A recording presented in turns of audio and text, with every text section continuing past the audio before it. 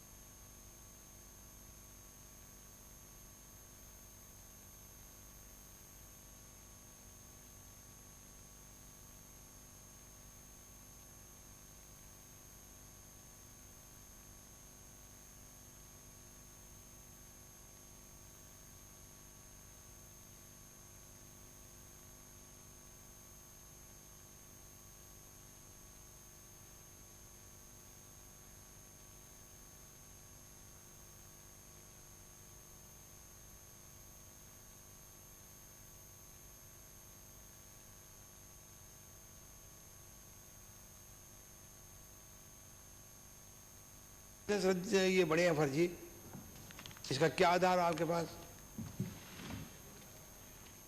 और आपने जो सूची दी है अपराधियों की, वो 12, 8, 4, 16 लोगों को बताया आपने जी। तो 16 लोग इस अपराध में लगे और लाइसेंस 6 बने। तो ऐसा तो नहीं है कि आप पूरी जांच नहीं कर पाए। आपने अपराधियों की संख्या दी है 16 जी, और लाइसेंस के तो 6 ही बनाए इन्होंने जी। तो एक लाइसेंस फर्जी बनाने में कितना टाइम लगता है? और कितने आदमी लगते हैं उसमें, ताकि इतने लंबे समय में 6 ही बना पाए, इतने कितने ही लोग हैं। फिर अर्ज करता हूँ। फिर क्या क्या कह रहे हैं आप? फिर ये बताइए कि आपने ये एक आदेश निकाला है कि एक सीट पर एक बाबू 6 महीने ज़्यादा नहीं रहेगा, ये क्यों निकालना पड़ा आपको? क्या आधार क्या था? इसका ये आदेश की क्या जरूरत पड़ गई थी आपको? और ये जो आपने 6 ही मामले पकड़े हैं, इसके अलावा जो कभी पुराने में मामले होते रहे, उसको पकड़ने का क्या प्रयत्न किया आपने?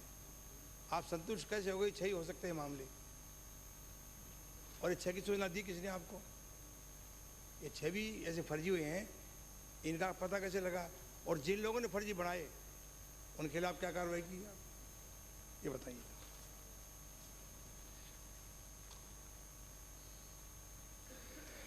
माननीय अध्यक्ष महोदय, माननीय हवा महल से आने वाले विधायक सदस्य ने जो प्रश्न किया है कि 6 लाइसेंस जो बने हैं वो कितने टेन्योर में कब बने हैं।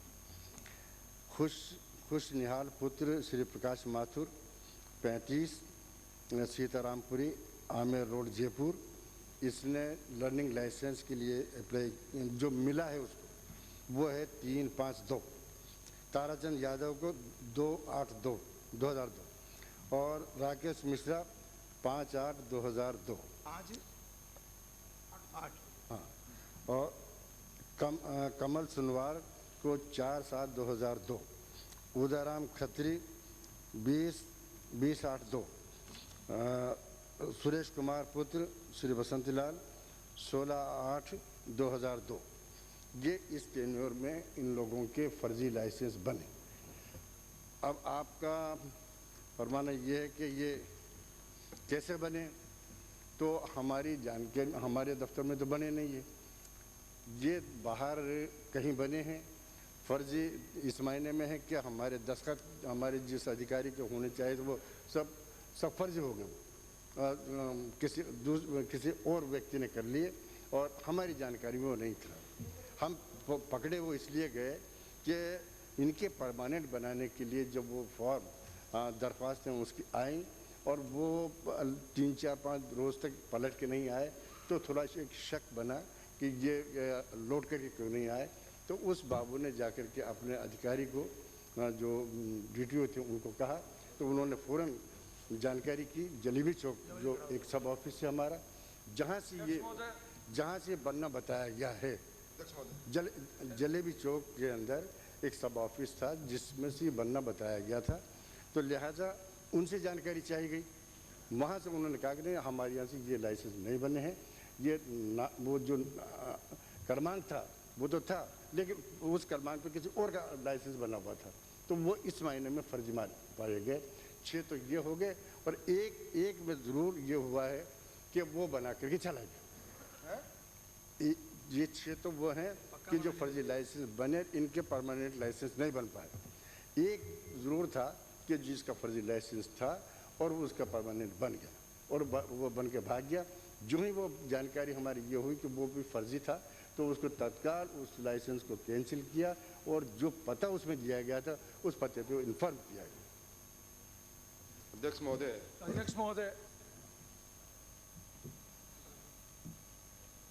प्रश्न करता आपको। हाँ, ठीक है। आपने जो FIR लॉन्च कराई ना 304 नंबर की, इसमें आपने ड्यूरेशन दिया है 30/9/2000 से 1/10/2000 तक, और आपने अभी बताया कि ये सारे काम अगस्त में ही हो गए। सारे लाइसेंस के जो आपने अभी सम दिया है ना हमको, उसमें आपने सारे लाइसेंस की बढ़ाने की अवधि अगस्त तक पूरी की है, मई से लेकर।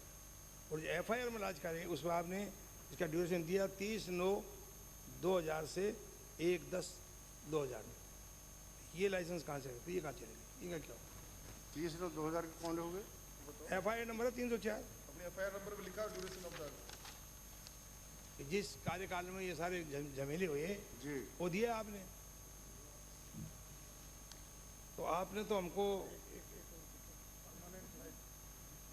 माननीय अध्यक्ष महोदय, माननीय डिप्टी चीफ मिनिस्टर ने अभी बताया कि परमानेंट ये पूछ रहे हैं अभी आप, मेरा उत्तर पूरा नहीं आया पहले कि आपने वो जो आदेश निकाला था 6 महीने से ज्यादा कोई कर्मचारी नहीं रहेगा, वो क्यों निकालना पड़ा जी आपको? क्या जवाब नहीं दिया क्या- मैं आपने? समझा नहीं सर, है जी, दोबारा बोले सर। आपने एक आदेश निकाला हाँ कि 6 महीने से अधिक एक सीट पर कोई बाबू नहीं रहेगा, जी हाँ, ये क्यों निकालना पड़ा आपको? ये तो साहब दफ्तर के अंदर आदेश निकलते रहते हैं कि ताकि अभी क्यों निकाला था आपने? एक्टिविटी बनी रहे। नहीं नहीं, तो ये अभी क्यों निकाला आपने? मोर एक्टिविटी बनाए रखने के लिए जरूरी होता है कि भाई इस नहीं, सीट से इस सीट पे आप बदलते रहें। ये डिपार्टमेंट तो बरसों चल रहा है, ये डिपार्टमेंट तो बरसों चल रहा है ना, हाँ। तो अभी आपको कैसे जरूरत पड़ी इसकी निकालने की, ये बता दीजिए। और 2 साल जो पहले मैंने किया उनका भी उत्तर दे दीजिए। नहीं ऐसा है ये साहब। ड्यूरेशन वाला दे दीजिए। ये ऑर्डर 2000 के अंदर निकला है, 24/5/2000 को, और उसमें ये तय किया गया कुछ सेक्शन हैं ऐसे जो हमारे यहाँ पर जिसके ऊपर ये मानते हैं कि ये रोटेशन के अंदर यहाँ पर काम होना चाहिए, इसलिए ये ऑर्डर निकालना वो पड़ा सेक्शन तो पहले भी होंगे, है। सेक्शन से पहले भी होंगे ना, सेक्शन तो है, तो उनकी पालन नहीं कर रहे थे कहाँ पर डिपार्टमेंट? यानी पहले भी कर रहे होंगे, कर रहे होंगे। आदेश लेकिन आप तब ये निकाला है, इसलिए निकाले गए हैं, आदेश अब निकाला ये आपने। इसलिए निकाले गए कि 6 और महीने यदि से कर ज्यादा रहे उस थे, सीट पर अगर कोई आप- बैठे नहीं, यानी उन और सेक्शन, तब से वो बराबर निरंतर वो माननीय मंत्री जारी महोदय, है। अगर आपकी सेक्शंस की पालना हो रही थी तो आदेश निकालने की जरूरत क्या पड़ी आपको फिर? अगर उसकी पालना हो रही थी पहले से तो नए आदेश निकालने की जरूरत क्या पड़ी थी? ये इस बात का संकेत है कि ऐसे पालना नहीं हो रही थी उस समय ऑर्डर नहीं था, अब ये ऑर्डर इसलिए दिया गया पहले कि ऑर्डर अब नहीं 6 महीने था। ज्यादा रहे नहीं वहाँ पर। पहले ऑर्डर नहीं था, क्या जबानी बातचीत थी क्या? जी तो ये बताइए, मेरा सवाल पूरा नहीं हुआ, इसका उत्तर दीजिए आप। पूरक प्रश्न पूछ करके मंत्री जी को उत्तर तो देने दीजिए, आप खड़े रहते हैं। अच्छा, दो सर उत्तर दो। परसों सीनियर मेंबर ठीक है नहीं, आपने अब उत्तर दे रहा वो आगे सम्मान में खड़ा बैठ गया तो वो देखो क्या कर रहे हैं। दूसरे पर्सन भी रुक जाते हैं। मंत्री जी सो गए। ये जो मैंने आपको जवाब दिया है वो आप देख लें, बिल्कुल वो जवाब बिल्कुल सही है, उसके अंदर कहीं कोई भेद नहीं है। हाँ जी, आपकी अनुमति से आपने कह दिया कि श्री अरुण सिंह अध्यक्ष महोदय, जी मैं परवन- आप तो जवाब मैं दे रहे हैं परिवहन पहले। मंत्री और उप मुख्यमंत्री से ये पूछना चाह रहा हूँ, ये फर्जी लाइसेंस जयपुर में नहीं पूरे राजस्थान में ये प्रतिक्रिया चल रही है। हाँ, फर्जी लाइसेंस बनाने की प्रतिक्रिया चल रही है, तो इसमें मैं परिवहन मंत्री से ये पूछना चाह रहा हूँ, आपने जो ये हाल में आदेश दिए आप हैं बैठिए, आप कि ये एक प्रश्न बाबू जो है जयपुर 6 के बारे में महीने पूछा है, से तो ज्यादा राजस्थान नहीं का बैठ प्रश्न सकता नहीं है एक सीट में, ये बैठिए। आदेश कब दिए, क्यों दिए? मेरे को अनुमति प्रदान करें सर। माननीय अध्यक्ष जी, ये आदेश 24/5/2000 को दिए गए और इसलिए दिए गए कि काम के अंदर गति बराबर बनी रहे, इसलिए दिए गए हैं। श्री राजेंद्र सिंह जी अध्यक्ष महोदय, आपने कहा नए सदस्यों को मौका देंगे। अध्यक्ष महोदय, मैं आपके माध्यम से मंत्री महोदय आपसे जानना चाहूंगा कि आपने इस प्रकरण के अंदर 2 एफआईआर दर्ज करना अपने उत्तर में बताया है, एफआईआर नंबर 304 और एफआईआर नंबर 305। एफआईआर नंबर 304 में आपने 12 व्यक्ति और 1 आरटीओ इंस्पेक्टर और 1 एलडीसी को आपने अभियुक्त माना है। तो पूछना चाहता हूं कि जब पहले में ये अभियुक्त थे तो 305 में भी आपने उन्हीं लाइसेंसों के कांड से एफआईआर दर्ज कराई, उसमें सिर्फ आपने 4 बार के व्यक्तियों को अभियुक्त माना। क्या फर्जी लाइसेंस बिना आपके आरटीओ दफ्तर के लोगों के साथ के बिना बन सकते हैं? नंबर 1। नंबर 2 बात, जिस परिपत्र का आपने उल्लेख किया तो 24/5/2002 को आपने कई बार कह दिया हमने निकाला, उस परिपत्र की पालना हो रही है या नहीं हो रही है? इसके लिए क्या आपने कभी किसी स्तर पर ये इसका मूल्यांकन कराया कि परिपत्र की पालना नहीं हो रही है? और मेरा सीधा आरोप है कि आपका यह परिपत्र रद्दी की टोकरी में है, लोग बरसों से बने हुए हैं, और परिपत्र के माध्यम से आपने ये भी कहा कि बाहर का कोई व्यक्ति आरटीओ इंस्पेक्टर में ऑफिस टाइम में नहीं जाएगा। आज धड़ल्ले से ऑफिस के अंदर कोई दलाल लोग जा रहे हैं, आप बताएं। माननीय अध्यक्ष महोदय, जब से ये आदेश अभी नए जारी किए गए हैं तब से किसी को वहाँ प्रवेश नहीं करने दिया जाता। जो जिनको आप ये कहते हैं दलाल के संज्ञा जिन्हें दे रहे हैं, उनका प्रवेश भी वहाँ वर्जित है। उसके लिए ख़ास तौर से ऑर्डर जारी किया हुआ है और डीटीओ को पाबंद किया हुआ है कि वो किसी को नहीं घुसने दें। बात नंबर 1। लेकिन कहीं बाहर बैठ सकते हैं तो बैठना, हम तो मना नहीं कर सकते किसी को कि आप मत बैठिए। जेडीए ने एक बार कोशिश भी की थी कि वो ना बैठे, उठाने की भी कोशिश की थी, लेकिन फिर आप बैठते हैं। तो ये हम लोग उसको इतना अपने परिसर में तो हम रोक सकते हैं कि आप ना घुसें इसके अंदर, लेकिन बाहर कहीं खड़ा हो, बात कर रहा हो, किसी काम कर रहा हो, तो वो हम कैसे रोक सकते हैं? वो नहीं रोक पाते।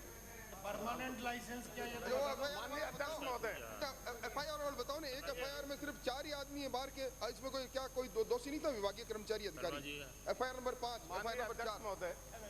माननीय अध्यक्ष महोदय, माननीय डिप्टी चीफ मिनिस्टर ने अपने जवाब में बताया कि 6 तो वैसे लाइसेंस बन गए, 1 परमानेंट बन गया।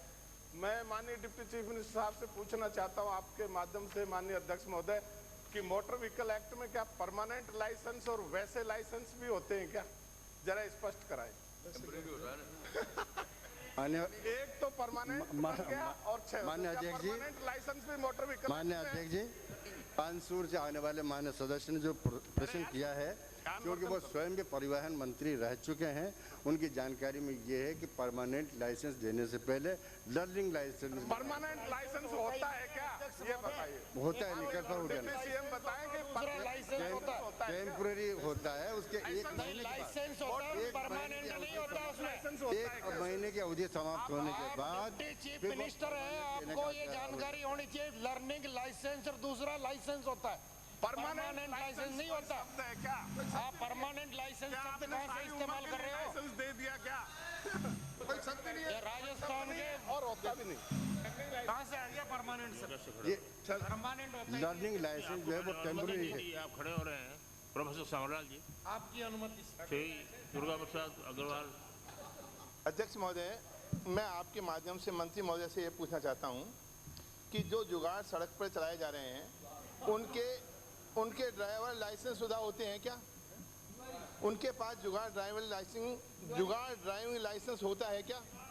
यदि नहीं तो उन्हें कैसे चलाया जा रहा है? एक बात वो किसान को की है। सुनिए, आप सुनिए। दूसरी बात ड्राइविंग लाइसेंस की बात हो रही है। जब मोटरसाइकिल का ड्राइवर लाइसेंस रखता है वो किसान को की चलेगी। तो आप उन्हें लाइसेंस दिलवाइए ना, कौन मना कर रहा है? वो आए दिन एक्सीडेंट कर रहे हैं, लोगों को मार रहे हैं, तो मेरा कहना यह है कि उनको आप कर दीजिए। किसान को की चलेगी। बैठिए, कानून को हाथ में मत लीजिए, कानून को हाथ में मत लीजिए। किसान को की चलेंगी, चलाइए, रेगुलाइज कर दीजिए उनको। माननीय अध्यक्ष जी, माननीय अध्यक्ष जी, अपनी पूरी बात कहने दीजिएगा। अब मैं कह रहा हूँ, मेरा अर्जी है कि आप उन्हें रेगुलाइज कर दीजिएगा। मैं ये नहीं कहता कि उनको मत चलाइए, आप उनको चलाइए, आप उनको रेगुलाइज कर दीजिए, उनके लिए लाइसेंस देना शुरू कर दीजिएगा। फीस ले आप, क्या बात कोई फीस ले। अरे गरीब लोग हैं ये। अरे माननीय महोदय, मैं उनके विरोध में नहीं हूँ, मैं ये कहना चाहता हूँ ऐसे ही दिख रहा है प्रयोग में हो। आप तो हमेशा हर बात पे बोलते हो। आपकी तो एक आदत पड़ गई है, सही बात पे ही बोलते हो, उल्टी बात पे बोलते हो। आप तो अखबार में अपना नाम छुपवाना चाहते हो रोजाना। बोल रहे हो, दूसरों को भी तो बोलने दो। बोलिए।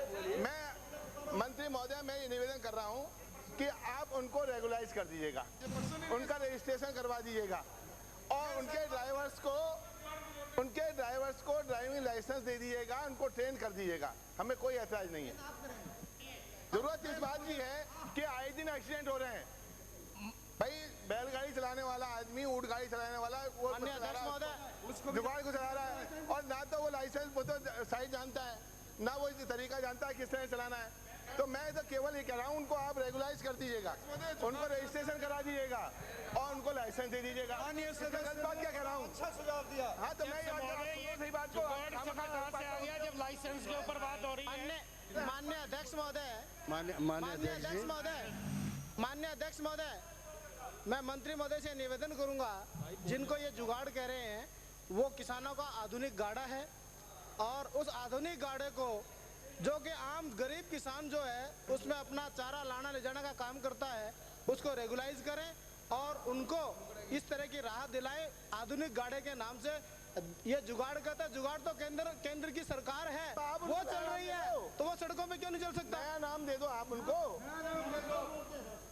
उनको उनको लाइसेंस दे दीजिएगा, रजिस्ट्रेशन करा दीजिएगा, हमें कोई एतराज नहीं है। वो आए दिन एक्सीडेंट कर रहे हैं, लोगों को मार रहे हैं, उसके लिए एतराज है हमारा। इन जुगाड़ों के लिए कुछ घोषणा तो करो आप। माननीय अध्यक्ष महोदय, ये अध्यक्ष जुगाड़ महोदय, मोटर किसान वाहन की गाड़ी का अपमान है जुगाड़ कहके। वो किसान की गाड़ी जुगाड़ नहीं है, किसान की सेवरलेट है वो। इसको जुगाड़ नहीं है, ये फिटर रेड है और इसको मारुता भी बोलते हैं। माननीय अध्यक्ष महोदय, जुगाड़ तो केंद्र सरकार है। माननीय अध्यक्ष महोदय, जुगाड़ नाम की कोई गाड़ी हमारे इसमें एक्ट में नहीं है। आप सुन लें, बात तो सुन लें। लेकिन चूंकि जो अपनी प्रैक्टिकल जानकारी उसके हिसाब से वो ट्रैक्टर के पीछे चलता है या मोटर लगा देते हैं। आपकी प्रैक्टिकल जानकारी है नहीं, बता ही दिए।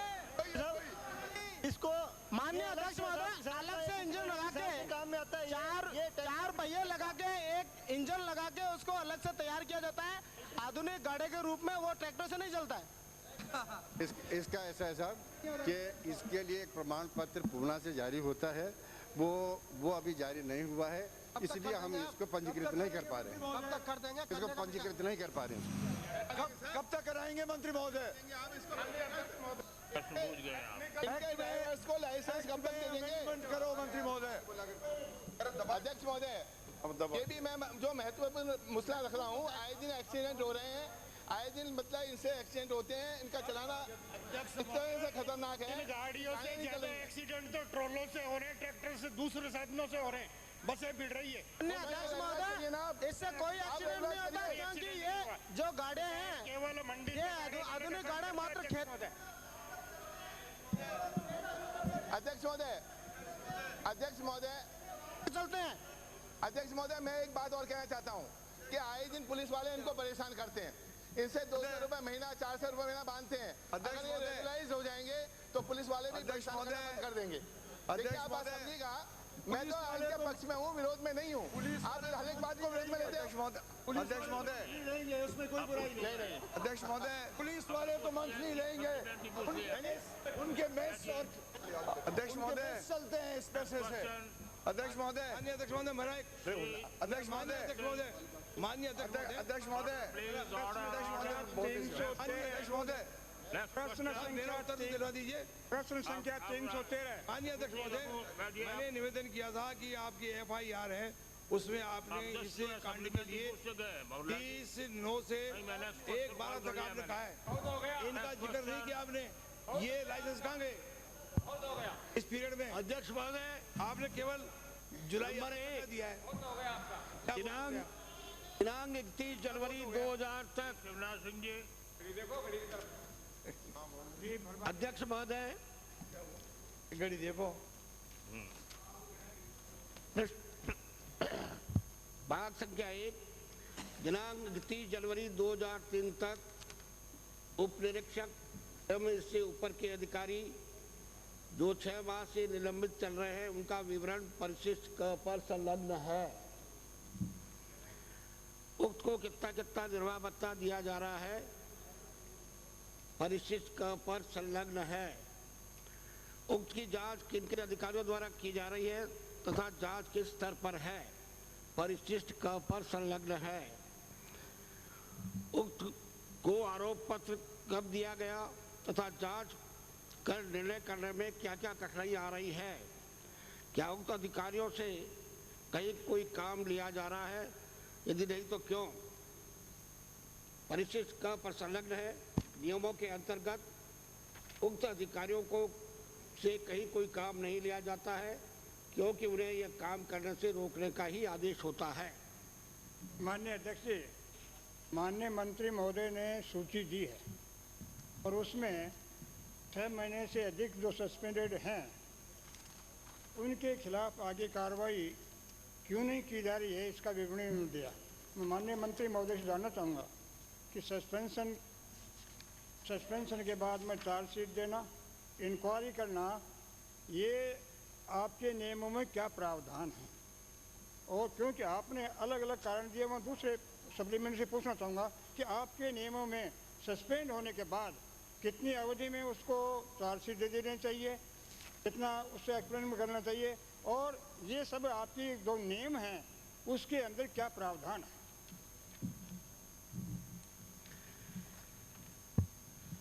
जैसा कि मैंने आपको सूची में बताया गया है, अधिकांश केसेस वो केसेस है जो एंटी करप्शन ब्यूरो द्वारा अदालत में चालान पेश किए गए हैं। एंटी करप्शन विभाग द्वारा जो कोर्ट में चालान पेश किया जाता है, उसमें अब तक ये प्रक्रिया रही है कि साइमल्टेनियसली उसको हम चार्जशीट दे करके डिपार्टमेंटल इंक्वायरी नहीं कराते हैं, क्योंकि उसका प्रभाव एंटी करप्शन विभाग द्वारा की जाई कार्रवाई और न्यायालय में चल रही कार्रवाई पर पड़ता है, इसलिए उसको हम नहीं करते हैं। अन्य जो मामले आपके हैं उसमें हमने जो DYSP और उसके ऊपर के स्तर के अधिकारी हैं वो कार्रवाई विभाग को भेजे हैं। कार्रवाई विभाग के द्वारा ही उसको चार्जशीट दी जा सकती है। कुछ जैसा कि मैंने आपको बताया कि 1-2 मामलों में चार्जशीट दे दी गई है। जो एंटी करप्शन के केसेस नहीं हैं उनमें माननीय गृह मंत्री जी, मैंने तो नेम पूछे हैं कि आपके नेम क्या हैं, वो तो आपने विवरण मुझे दे दिया इसमें, लेकिन नेम क्या है आपके, कितनी अवधि में उनको चार्जशीट मिलनी चाहिए, ये जो है ना वो नेम पूछे हैं मैंने तो आपसे। निर्णय तो नहीं निर्णय तो अदालत करेगी, हमें निर्णय तो नहीं होगा, लेकिन आपके नेम क्या है वो बताइए आप हमको।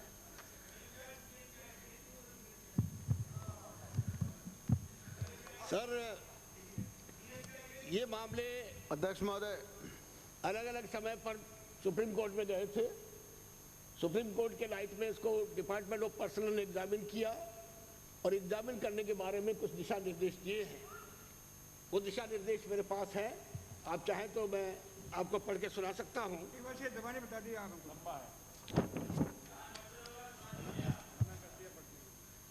मना कर दिया।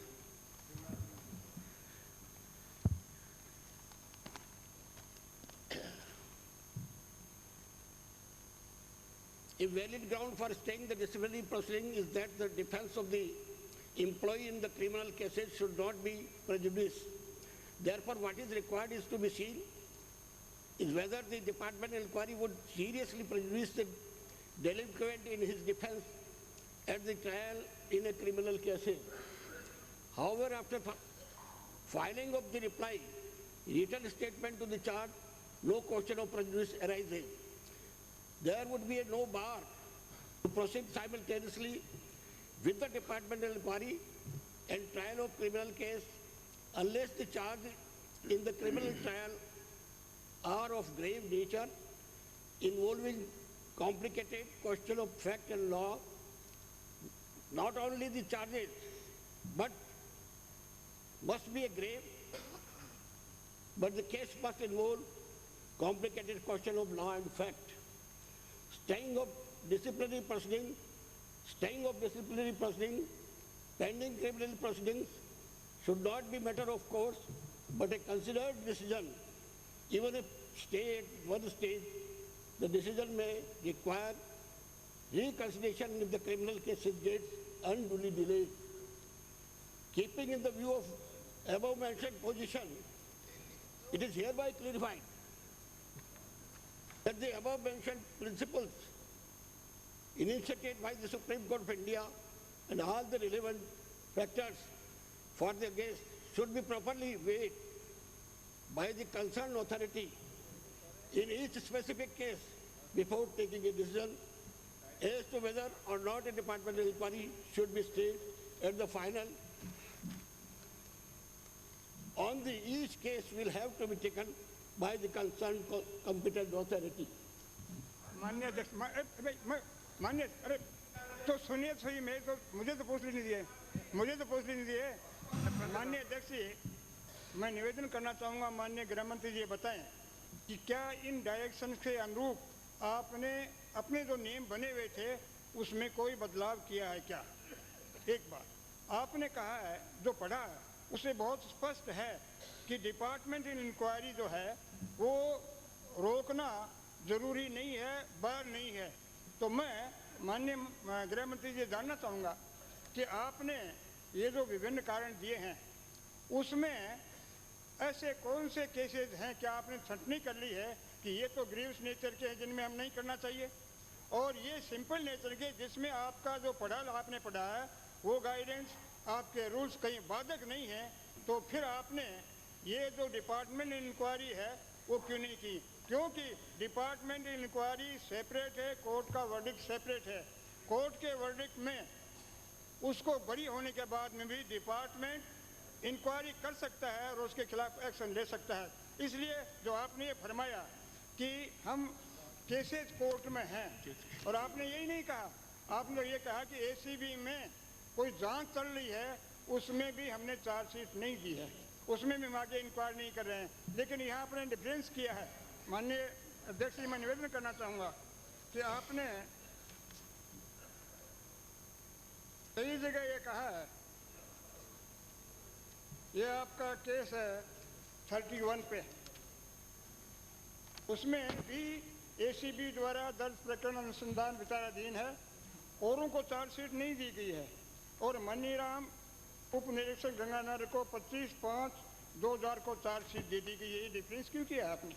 इसी तरह से आइटम 33, इसमें भी चार्जशीट दे दी गई है, जबकि इसका केस भी औरों के बराबर है। इसलिए माननीय गृह मंत्री जी ये बताएं कि ये जो मामले हैं उसमें इतना फर्क आपस में क्यों किया गया है, और क्या माननीय गृह मंत्री जी इस बात को कहने को तैयार हैं क्या कि आपके जो नियम हैं उनका उल्लंघन किया जा रहा है? नियमों में स्पष्ट प्रावधान है कि 6 महीने के बाद उसको सस्पेंड नहीं रखा जाए या तो इंक्वायरी की जाए।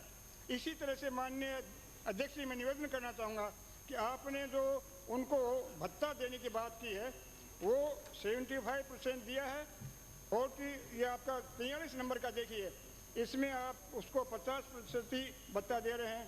इसी तरह से 40 नंबर है, उसको भी आप 50% ही भत्ता दे रहे हैं। तो इन आपस में क्या फर्क है? इन केसेज को किस तरह से आपने छांटा कि इसमें हम 50 ही देंगे और इसमें हम 75 देंगे? इसलिए माननीय अध्यक्ष जी, मैं जानना चाहूँगा थोड़े इस मामले में गृह मंत्री जी स्पष्ट करें कि इन मामलों को एक्सपीडाइट करने के लिए आप क्या कार्रवाई करने जा रहे हैं, और कोर्ट केसेज के हिसाब से एसीबी में मामला दर्ज होने के हिसाब से इस आड़ में आप उन लोगों के मानसिक चिंता जो हो रही है और उन पे जो उनका टॉर्चर हो रहा है और उनका जो विक्टिमाइजेशन हो रहा है उसको रोकिए, और रोककर इन मामलों को जल्दी सल्टाने की चेष्टा कीजिए, वरना एक आदमी 10 कोर्ट का केस तो माननीय अध्यक्ष जी 10 साल चलेगा, क्या उस आदमी को आप 10 साल तक सस्पेंड रखेंगे? और स्टेट एक्ट पर कितना उसका खर्चा पड़ता है? इन सब बातों को ध्यान में रखिए। माननीय गृह मंत्री जी, आप इस मामले में दखल कीजिए और इस तरह के जो लंबे प्रकरण चल रहे हैं उनको एक्सपीडाइट करा कीजिए, और 6 महीने की जो अवधि आपने कर रखी है उसका पालन करवाइए, क्योंकि आपने नियमों को प्रावधान बदला नहीं है। गुना से आने वाले माननीय सदस्य ने ऐसे प्रकरणों को जल्दी से जल्दी निस्तारण किए जाने का उल्लेख किया है। मैं उनके विचारों से सहमत हूं कि इंडिविजुअल केसेस पर इसको एग्जामिन करके देखा जाना चाहिए, लेकिन जो केसेस हमने कोर्ट में चालान कर दिए, विशेष न्यायालय होता है एंटी करप्शन डिपार्टमेंट का, उसमें हमने चालान कर दिया, उसमें उनके खिलाफ प्रूव हो गया, कई टेप केस है, कई और दूसरे केसेस हैं। इन सारे केसेस में जो जैसा कि सुप्रीम कोर्ट के समय समय पर आए निर्णय और हमारे डीओपी के विभाग द्वारा निकाले गए सर्कुलर के लाइट में पुनः एग्जामिन करके जो नियमों में प्रावधान है उसके अनुसार कार्रवाई करेंगे और किसी को हैरेसमेंट नहीं हो उसकी पूरी व्यवस्था करेंगे। जी ये बताने की कृपा करेंगे कि उत्तर प्रदेश व अन्य कई राज्यों में इस प्रकार की व्यवस्था है कि कोर्ट में चालान प्रस्तुत करने के बावजूद वो उसको वहाँ से ट्रांसफ़र करके अपनी, ये सिर्फ पुलिस विभाग की नहीं है मंत्री जी, जनरल पॉलिसी गवर्नमेंट को तय करनी पड़ेगी, क्योंकि जब वो एक्विटल उसका होता है, आप बैक वेजेस देते हो, सब कितना पब्लिक एक्सचेकर के ऊपर खर्चा पड़ता है, उसको जो मेंटेनेंस अलाउंस देते हो वो आप मुफ्त में देते हो, तो जब उसको अगर कन्विक्शन हो जाएगा तो अपने आप चला जाएगा वो। इस प्रकार की व्यवस्था कई राज्यों में है, तो क्या सरकार ऐसा विचार रखती है कि यहाँ भी इसको आप विचार करके इस प्रकार की व्यवस्था करें? एक बात, एक प्रश्न मेरा और माननीय मंत्री जी, कि कोर्ट ऑफ लॉ के अंदर तो क्रिमिनल लायबिलिटी तय होती है और बेनिफिट ऑफ डाउट से एक्यूट एक्विट होता है, ये बाइज्जत बरी सिनेमा में होता है, कोर्ट में तो होता नहीं, और उसकी क्रिमिनल लायबिलिटी अगर नहीं बनती है तो एक्विट हो जाएगा, लेकिन प्रशासनिक उसका दायित्व बन सकता है, तो डिपार्टमेंटल इंक्वायरी तो आपको करानी चाहिए। ये जो सुप्रीम कोर्ट का भी फैसला है वो सिर्फ ये कि साइमल्टेनियसली आप करा सकते हो, लेकिन उसको स्टे करने का है, ऑल टुगेदर डिपार्टमेंटल इंक्वायरी को खत्म करने का नहीं है। नहीं, पर उसमें तो ये है कि हम कोई डिसीजन नहीं ले सकते जब तक the final decision of the court नहीं हो जाए। we can proceed, no doubt it we can proceed, but we can't take any decision till the decision of the court. Not in all the cases. सो मैं ये निवेदन कर रहा था कि जैसे अन्य राज्यों के बारे में आपने एग्जाम्पल दिए कि वहाँ इस प्रकार की कोई प्रक्रिया अपना रखी है, मैं उसका भी अध्ययन करके इस संबंध में निश्चित रूप से कोई कार्रवाई करूंगा। अध्यक्ष महोदय, मैं गृह मंत्री जी से ये भी पूछना चाहूँगा अध्यक्ष महोदय कि जो एक एसीडी के मुकदमे की जो बात कर रहे हैं, और अभी हाल ही में 3 महीने पहले एक उप निरीक्षक हमारे सांचौर में 1500 रुपये की रिश्वत में पकड़ा गया एसीडी में, और अभी तक उसको सस्पेंड नहीं किया, तो ये कौन से नियमों में आते हैं? और जिन अधिकारियों के ऊपर 307 के मुकदमे दर्ज है और वो थाने में लगे हुए हैं, इसका भी जवाब दे गृह मंत्री महोदय। अध्यक्ष महोदय, मंत्री महोदय, ये जो आपने सूची दी है 43 लोगों की, इस 43 में से केवल 4 लोगों को आपने चार्जशीट दी, बाकी लोगों को तो अभी तक चार्जशीट ही नहीं दी। उनमें से अधिकांश लोगों को आपने 75% भुगतान भी उनको कर रहे हैं। तो क्या ये विभाग की लापरवाही नहीं है कि एक निश्चित समय में उनको चार्जशीट दे दी जाए? बिना चार्जशीट दिए भी सरकार 75% का भार किस कारण से वहन कर रही है, और ये चार्जशीट देने का काम किसका था और किसने क्यों नहीं दिया? मैंने जैसा आपको निवेदन किया था कि जो केसेस एंटी करप्शन डिपार्टमेंट के द्वारा कोर्ट में चालान पेश किए गए उसमें हमने चार्जशीट नहीं दी है। मेरे उत्तर में मैंने स्पष्ट लिखा है, और जैसा कि गुना से आने वाले माननीय सदस्य ने कहा है, और सुप्रीम कोर्ट के डायरेक्शन के आधार पर, सुप्रीम कोर्ट के निर्णय के आधार पर हमारे डीओपी ने जो कुछ सर्कुलर निकाले हैं उस लाइट में इन सारे केसेस को, इंडिविजुअल केसेस को एग्जामिन करके कोई फैसला किया जा सकता है कौन सा ग्रेव नेचर का है, कौन सा सीरियस नेचर का है, कौन सा सीरियस नेचर का नहीं है। सांचौर से आने वाले माननीय सदस्य ने जो प्रश्न पूछा है इससे संबंधित नहीं है, उन्होंने कहा है मैं जानकारी करके उनको उत्तर दे दूंगा। अध्यक्ष महोदय, मंत्री महोदय, मैं जानना चाहूंगा जो सूची आपने प्रशिष्ट में दी है उसमें 8 ऐसे मामले हैं जिनमें एसीडी के पास वो सारे प्रकरण 6 माह से ज्यादा लंबे समय से लंबित है, यानी जांच में है, आपकी सूची में है। तो क्या आप ये बताने का प्रयास करें, बताएंगे कि ये इस तरह एसीडी में जो ट्रैप हो गए उनका इतने लंबे समय तक इन्वेस्टिगेशन में डाले रखना ये उचित बात है? क्या इसमें भी कोई निश्चित समय निर्धारण करने की मन में मंशा रखते हैं आप? अध्यक्ष महोदय, एसीडी में ट्रैप होने के बाद भी कई प्रतिवेदन एंटी करप्शन डिपार्टमेंट को मिलते रहते हैं जिसमें उनका ये कहना है कि मेरे को गलत ट्रैप किया, मेरे को गलत फंसाया जा रहा है।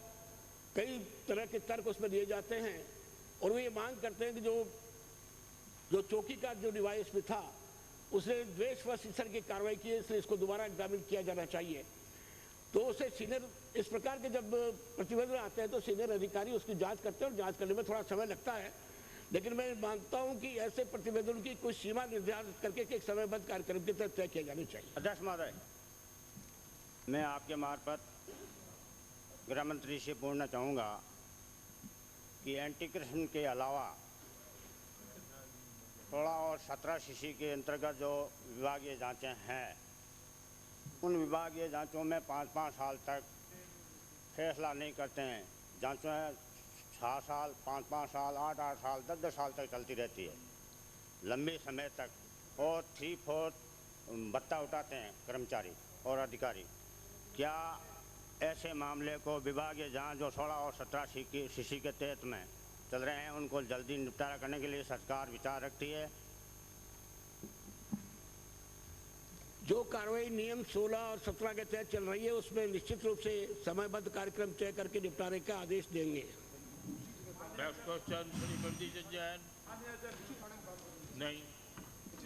अन्य अध्यक्ष महोदय, बहुत जरूरी क्वेश्चन है। वित्त मंत्री के जिले धौलपुर से एसीडी में 8 लोगों के खिलाफ एंटी करप्शन ने ट्रैप किया है, उसमें कोई कार्रवाई नहीं कर रहे हैं, ना उनको सस्पेंड कर रहे हैं, ना उनको कार्रवाई कर रहे हैं। माननीय अध्यक्ष महोदय, वित्त मंत्री के जिले से उनके दबाव में श्री अर्जी राम बोल रहा है। एसीडी के 8 केस है, JN और डॉक्टर नहीं हो, मैंने दूसरा क्वेश्चन कॉल कर लिया। जी हाँ, उद्देश्य की पूर्ति के लिए इंदिरा गांधी नहर से पेयजल हेतु योजना का प्रस्ताव विचाराधीन है। प्राथमिक तौर पर इस योजना में नागौर जिले के अभावग्रस्त शहरों व गांवों को लाभान्वित किए जाने का लक्ष्य है। वर्तमान में मार्च 2002 में सर्वेक्षण कार्य हेतु स्वीकृति जारी की जा चुकी है। सर्वेक्षण कार्य प्रगति में है। इस सर्वेक्षण के पूरा होने के पश्चात योजना बनाने तथा अनुमानित लागत के आंकलन का कार्य किया जाना संभव होगा।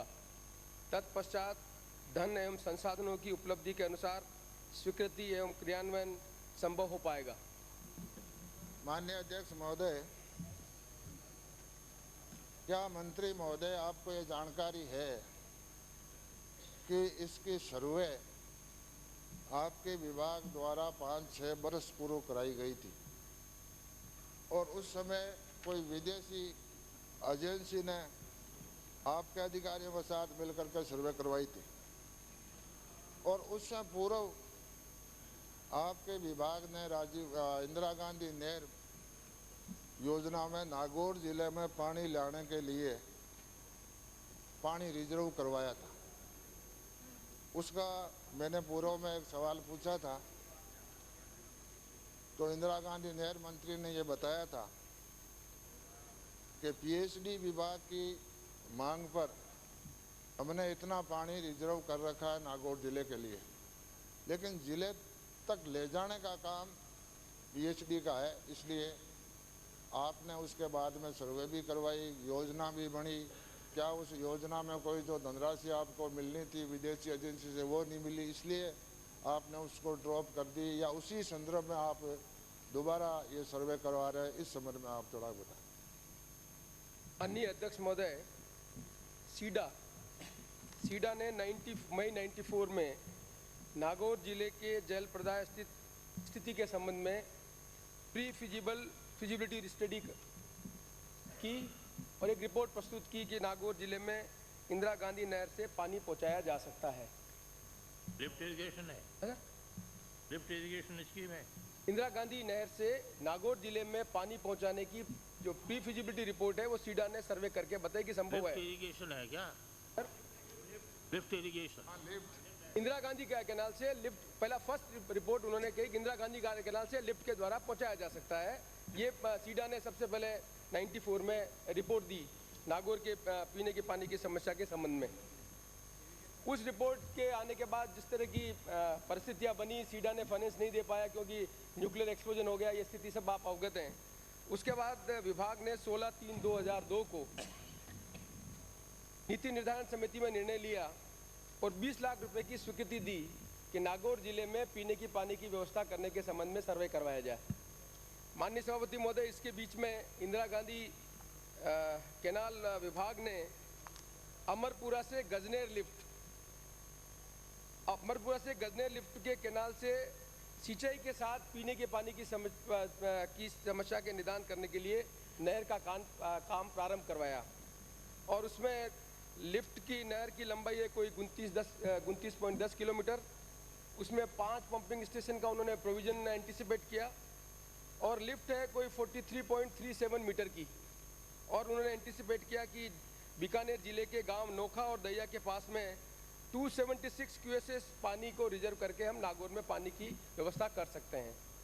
माननीय सभापति महोदय, ये जो गजनेर लिफ्ट, अमरपुरा से जो गजनेर लिफ्ट का काम इंदिरा गांधी कैनाल विभाग ने प्रारंभ किया, अभी जब हमारा विभाग सर्वे कर रहा है, जिसकी सर्वे की रिपोर्ट अभी आने बाकी है, उसमें उन्होंने ये एंटिसिपेट किया है कि ये जो पानी हम डाइवर्ट करना चाहते हैं नोखा और दैया से, उसकी जगह पर यदि हेड रेगुलेटर और ऑफटेक पॉइंट मुख्य कैनाल पे बना दिया जाए तो जो बिजली का खर्चा है वो कम खर्चा आएगा।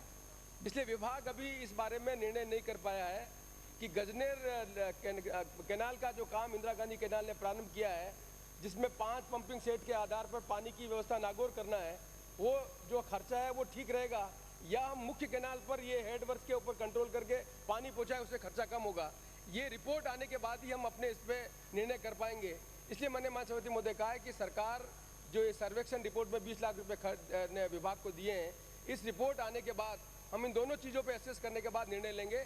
पर मैं निश्चित तौर पर कहना चाहता हूँ कि नागौर में जिस तरह की पीने के पानी की समस्या है उसके निदान करने के लिए इंदिरा गांधी कैनाल के पानी को वहाँ लाकर व्यवस्था की जाए। रिपोर्ट आने के बाद वित्तीय संसाधनों की क्या व्यवस्था हो सकेगी तब मैं फाइनल आपके इसमें रिपोर्ट दे सकूंगा। मंत्री महोदय एक सवाल, पहले जो आपने सर्वे करवाई थी उसमें कहाँ से पानी नहर से टैप करना था, अब आप बता रहे हैं कि गजनेर से हम लाने की सोच रहे हैं, तो इसमें कौन सा फायदेमंद रहेगा? आपके जिले के गांवों के हिसाब से कौन सा फायदेमंद रहेगा और आपकी लागत कॉस्ट जो आएगी उसमें कौन सा ठीक रहेगा? उसमें आप किसको प्रायोरिटी देंगे? ज़्यादा गांव जिले के पानी लाभान्वित तो उसको प्राथमिकता देंगे या कम कॉस्ट में पानी आप सिर्फ नागौर तक इलाके छोड़ देंगे? माननीय अध्यक्ष महोदय, बीकानेर जिले के ग्राम अमरपुरा के पास इंदिरा गांधी मुख्य नहर की RD 750 से ये प्रस्तावित है और जैसा मैंने माननीय सभापति महोदय कहा कि इंदिरा गांधी नहर विभाग ने नोखा दैया से पानी ट्रांसपोर्ट करने के संबंध में उन्होंने स्कीम बनाई। यदि उसी स्कीम को आगे चलान दिया जाता है तो बिजली का खर्चा इतना ज़्यादा आ जाएगा कि हम इस पानी को वहाँ पर पहुँचाने में जो खर्चा है वो लोग वहाँ पर विभाग पर बहुत ज़्यादा पड़ेगा। इसलिए अभी हमने विभाग ने जो प्रारंभिक सर्वे किया जिसकी रिपोर्ट अभी आनी है उसमें वो ये एंटिसिपेट कर रहे हैं कि यदि मुख्य कैनाल पर RD 750 पर ही यदि हेड रेगुलेटर और ऑफ टेक पॉइंट बना दिया जाए तो जो बिजली का खर्चा वो कम आएगा।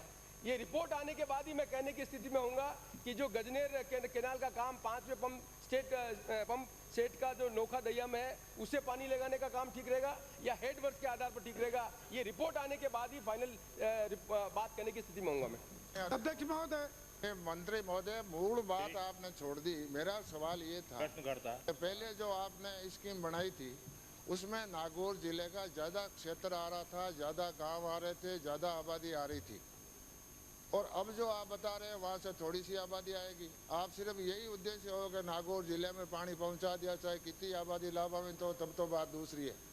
अगर पूरे जिले को आप पहुँचाना चाहते हैं तो पहले वाली स्कीम ठीक थी, ये कह रहा हूँ मैंने कहा माननीय सदस्य आपकी जो भावना है मैं इसका जवाब ठीक ये है या है, जब तक रिपोर्ट नहीं आए, टेक्निकल फिजिबिलिटी रिपोर्ट नहीं आए तब तक मैं कहने की स्थिति में नहीं हूँ। नागौर जिले में पानी की व्यवस्था करनी है, पानी की व्यवस्था करने में हेड वर्क यदि वहाँ पर मुख्य कैनाल पे बन जाए और बिजली का खर्चा कम आए उसको स्कीम को माने या जो नोखा दैया के ऊपर पानी को ट्रांसपोर्ट करके मैं ये रिपोर्ट आने के बाद भी कहने की स्थिति में हूँ। इसमें कोई आधार नहीं है कि वित्तीय संसाधनों के आधार पर हम गाँवों को कम करेंगे। हमें पानी पहुँचाना नागौर जिलों में, वित्तीय संसाधन तो दोनों स्कीम में अल्टरनेट है, उसके आधार पर ध्यान रखेंगे, गाँव के आधार पर वित्तीय संसाधनों के आधार पर ध्यान नहीं रखेंगे। अध्यक्ष महोदय, श्री मोहनलाल चौहान। माननीय अध्यक्ष महोदय, नागौर जिला में लोकल सोर्स का पानी गाँव में लोकल सोर्स का पानी जनता पीती है, कोई दूसरा पानी कहीं बाहर से पानी नहीं आता है।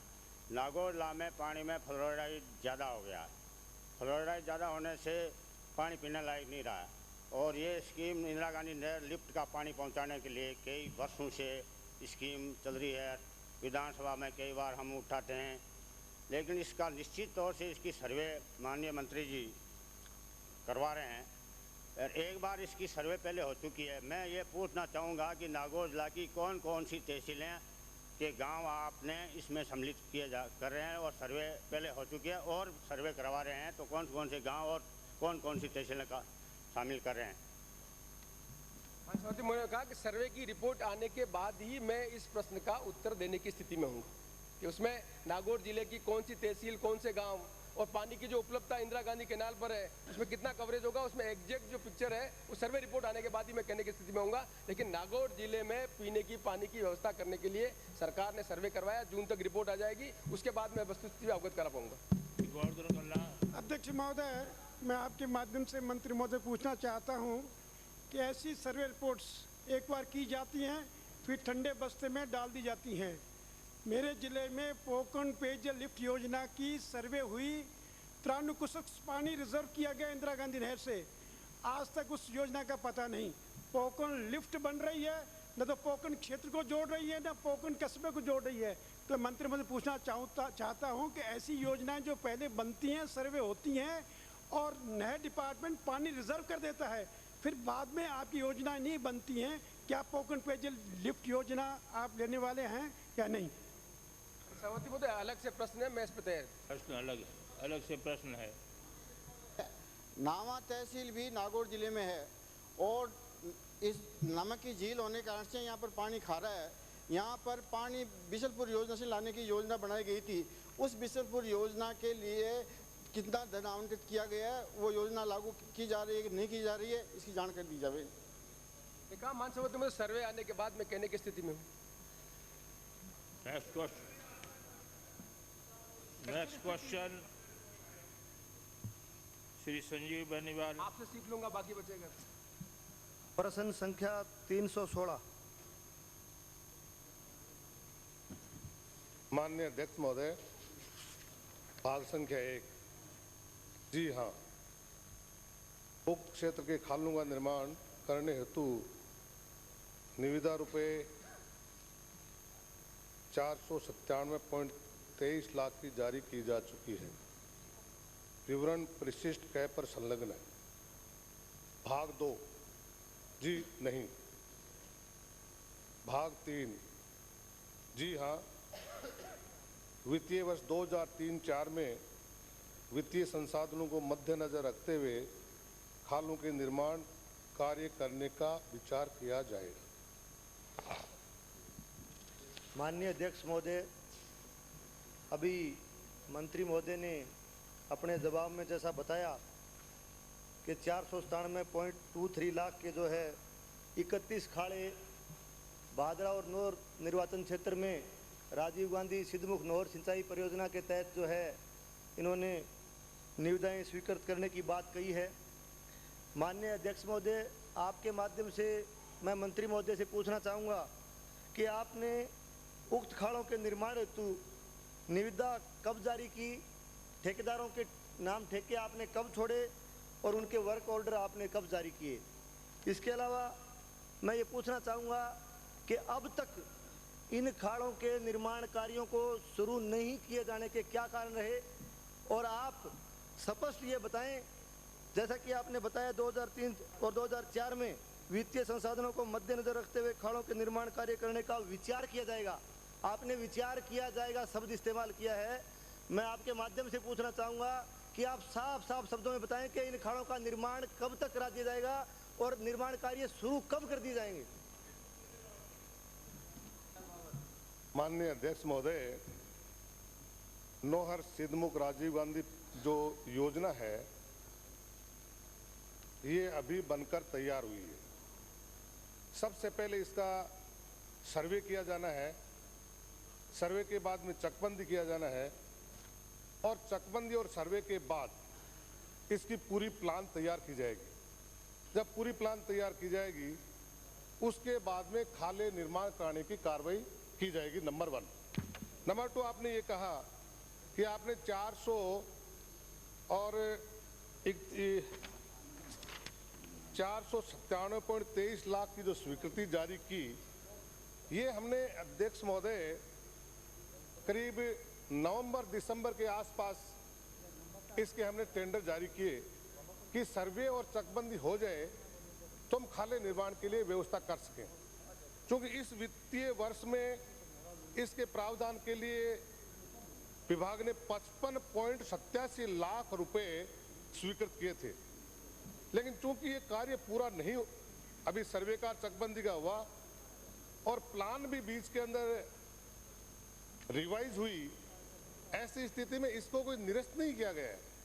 तो 497 लाख के जो टेंडर हमने किए हैं ये निरस्त नहीं किए हैं, ये प्रक्रिया जारी है।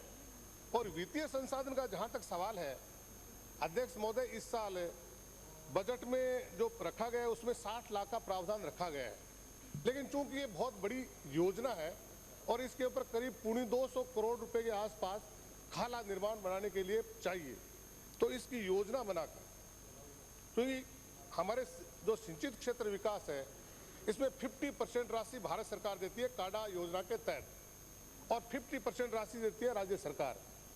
उस योजना के अंदर हम उसको भेज रहे हैं और मैंने और मेरे विभाग ने अभी 27/11/2002 को भारत सरकार को प्रस्ताव भेजा है।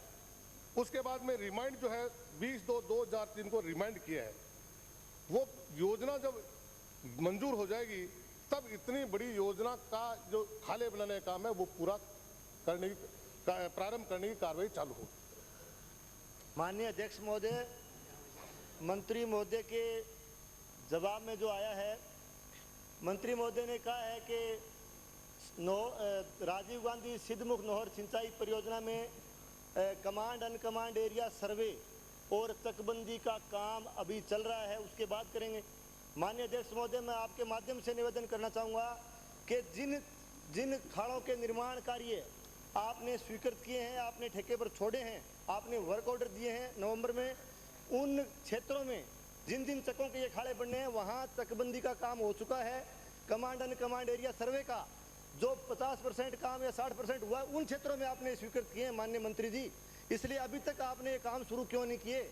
और यदि माननीय अध्यक्ष महोदय, मैं आपके माध्यम से स्पष्ट तौर से पूछना चाहूँगा कि यदि आपके पास वित्तीय संसाधन नहीं थे तो फिर आपको ये कार्य स्वीकृत करने की क्या जरूरत थी? क्यों आपने किसानों को इस तरह से जो है क्षेत्र के अंदर जो है किसानों में ये घोषणा की कि हम जो है खाड़े बनाएंगे? यदि आपके पास वित्तीय संसाधन नहीं थे तो फिर क्यों स्वीकृत किया आपने ये काम?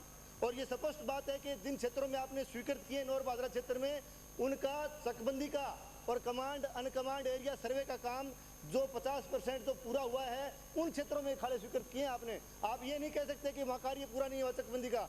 अगर वित्तीय संसाधन नहीं थे तो क्या जरूरत थी आपको स्वीकृत करने की? इसलिए मैं आपके माध्यम से माननीय अध्यक्ष महोदय अनुरोध करना चाहूँगा कि राजीव गांधी सिद्धमुख नहर सिंचाई परियोजना जिनका श्री माननीय सोनिया गांधी जी ने जिसका लोकार्पण किया और जिस समय सोनिया गांधी जी पधारी थी, हमारे माननीय मुख्यमंत्री अशोक गहलोत साहब वहाँ पधारे थे और वहाँ के इलाके के किसानों ने इन खाड़ों की मांग की। उस मांग को मद्देनजर रखते हुए इन खाड़ों की स्वीकृति दी गई। तो मैं आप लोगों से, मैं आपके माध्यम से मंत्री जी से अनुरोध करना चाहूँगा कि आपने इन खाड़ों को स्वीकृत किया है तो शीघ्र अतिशीघ्र आप तो ये बताएं कि इनको कब तक आप बना दोगे? साफ साफ उत्तर दीजिए आप। अध्यक्ष महोदय, अध्यक्ष महोदय, अध्यक्ष महोदय, व्यक्तिगत प्रश्न भी तो लो, व्यक्तिगत प्रश्न आज तक अध्यक्ष महोदय, एक भी माननीय अध्यक्ष महोदय, अध्यक्ष महोदय, माननीय अध्यक्ष महोदय, माननीय अध्यक्ष महोदय, अध्यक्ष महोदय, अध्यक्ष महोदय, प्रश्न करता है अध्यक्ष महोदय, माननीय अध्यक्ष महोदय, मैं आपके अध्यक्ष महोदय, रिप्लाई आना चाहिए। अध्यक्ष महोदय, अध्यक्ष महोदय, अध्यक्ष महोदय, माननीय सदस्य बैठिए, अभी वो उनके रिप्लाई दे देते हैं प्रश्न करता हुआ। माननीय अध्यक्ष महोदय, जैसा कि मैंने मेरे उत्तर में कहा है उस क्षेत्र कि इस परियोजना का लोकार्पण अभी हुआ और उसके बाद में सर्वे और चकबंदी का काम चालू है। विभाग ने तत्परता बरती कि जो हम योजना बना रहे हैं ये योजना भारत सरकार से जब स्वीकृत हो जाए 50-50 के रेशे से, ताकि समय की बचत हो जाए, इसलिए हमने टेंडर ये कॉल किए हैं।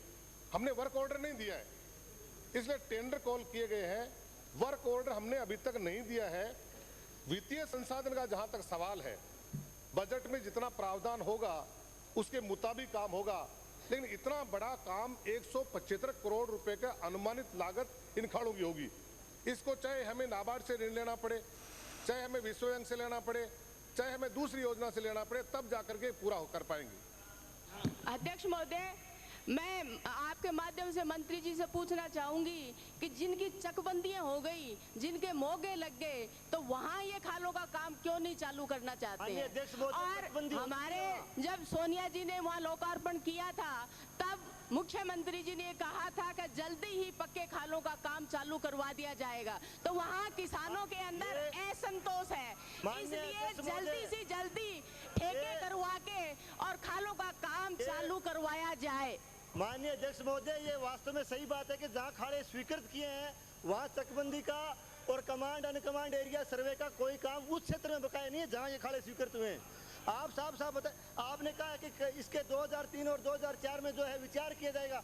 माननीय अध्यक्ष महोदय, विचार का क्या मतलब हुआ? आप ये बताइए ना। आप किसानों की मांग है माननीय अध्यक्ष महोदय, हमारा क्षेत्र जो है भयंकर अकाल की स्थिति से हमारे किसान गुजर रहे हैं। खाड़े जहाँ पर माननीय अध्यक्ष महोदय, हमारे पास पानी लगाने मैं आपके माध्यम नहीं है। माननीय अध्यक्ष महोदय, आप साफ ये बताएं, माननीय कि अध्यक्ष खाड़ों को महोदय, आप कब तक बना दोगे? माननीय अध्यक्ष महोदय, खाड़े बनाने की बात करो, कब तक बना दोगे ये बताओ आप। माननीय अध्यक्ष कब तक बना महोदय, मैं आपके माध्यम से एक निवेदन करना चाहूंगा। सोनिया जी से पूछो खड़े बनाने, तो सोनिया जी से पूछो, ये सोनिया जी से पूछो। सोनिया गांधी को खुश करने के लिए इस राज्य में कोई भी काम नहीं होना है, वो चाहे खाले का हो, चाहे खाल का हो, मेले का हो, चाहे माल का हो, कोई काम नहीं होना है। अध्यक्ष महोदय, सिर्फ सोनिया गांधी का माननीय अध्यक्ष महोदय, प्रस्ताव की सूचना प्राप्त हुई है।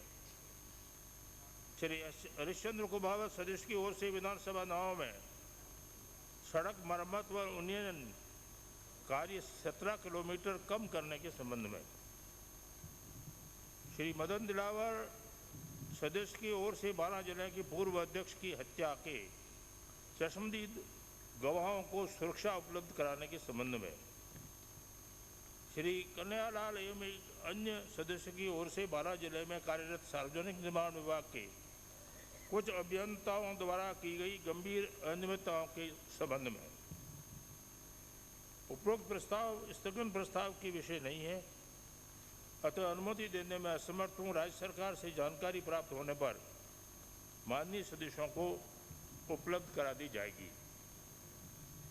श्री राजेंद्र राठौड़ एवं एक अन्य सदस्य की ओर से रोग निरोधक टीकों के अभाव में 5 लाख भेड़ों की कथित मृत्यु से पशुपालकों को हुए नुकसान के संबंध में उक्त प्रस्ताव के संबंध में राज्य सरकार से जानकारी प्राप्त की जा रही है और जानकारी प्राप्त होने पर माननीय सदस्य को 2 मिनट बोलने की अनुमति देने पर विचार किया जाएगा।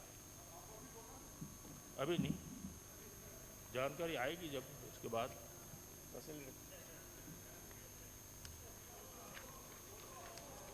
प्रक्रिया के नियम 295 के अंतर्गत प्राप्त सूचनाएं श्री भगवान साय सैनी सदस्य की ओर से विद्युत विभाग द्वारा नर्सरी कनेक्शनों को सामान्य कनेक्शन में परिवर्तित नहीं करने के संबंध में श्री अमराराम दौद सदस्य की ओर से राज्य में किसानों के जले हुए ट्रांसफार्मर समय पर नहीं बदलने के संबंध में श्री केसी चौधरी सदस्य की ओर से ब्यावर शहर में भू राजस्व अधिनियम की धारा 90B के गलत तरीके से लागू करने से उत्पन्न स्थिति के संबंध में श्री नाथूराम आर्य सदस्य की ओर से उदयपुर डिवीजन के वन क्षेत्र में लंबे समय से बसे आदिवासी काश्तकारों को खातेदारी हक दिलाए जाने के संबंध में श्री मोहनलाल मोदी सदस्य की ओर से विधानसभा क्षेत्र नीमका थाना में पेयजल का संकट उत्पन्न होने के संबंध में श्री हीरा सिंह चौहान सदस्य की ओर से रायपुर पंचायत समिति के ग्राम पंचायत गिरी के सरपंच पद पर वार्ड पंच को कार्यवाहक सरपंच मनोनीत करने के उत्पन्न स्थिति के संबंध में श्री कन्हैयालाल मीणा सदस्य की ओर से लालकोटी किसान फल सब्जी मंडी प्रांगण से अतिक्रमियों को हटाने के संबंध में।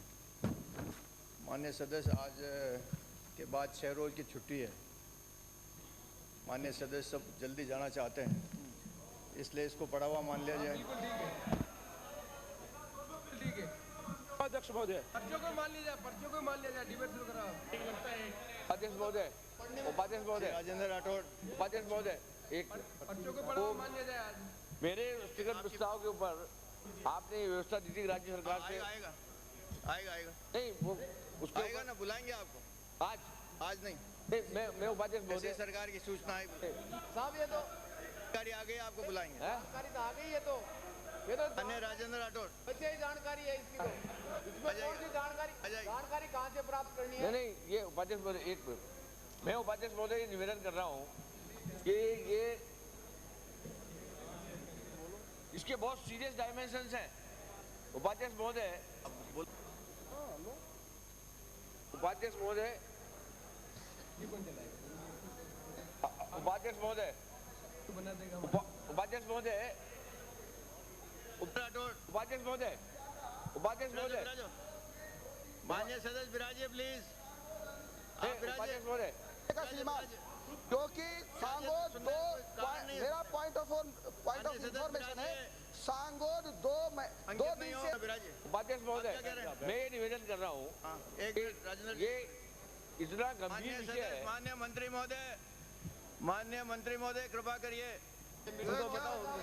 मस्त हो रहे, ये सब्जी मंडी है, ये सब्जी मंडी है क्या?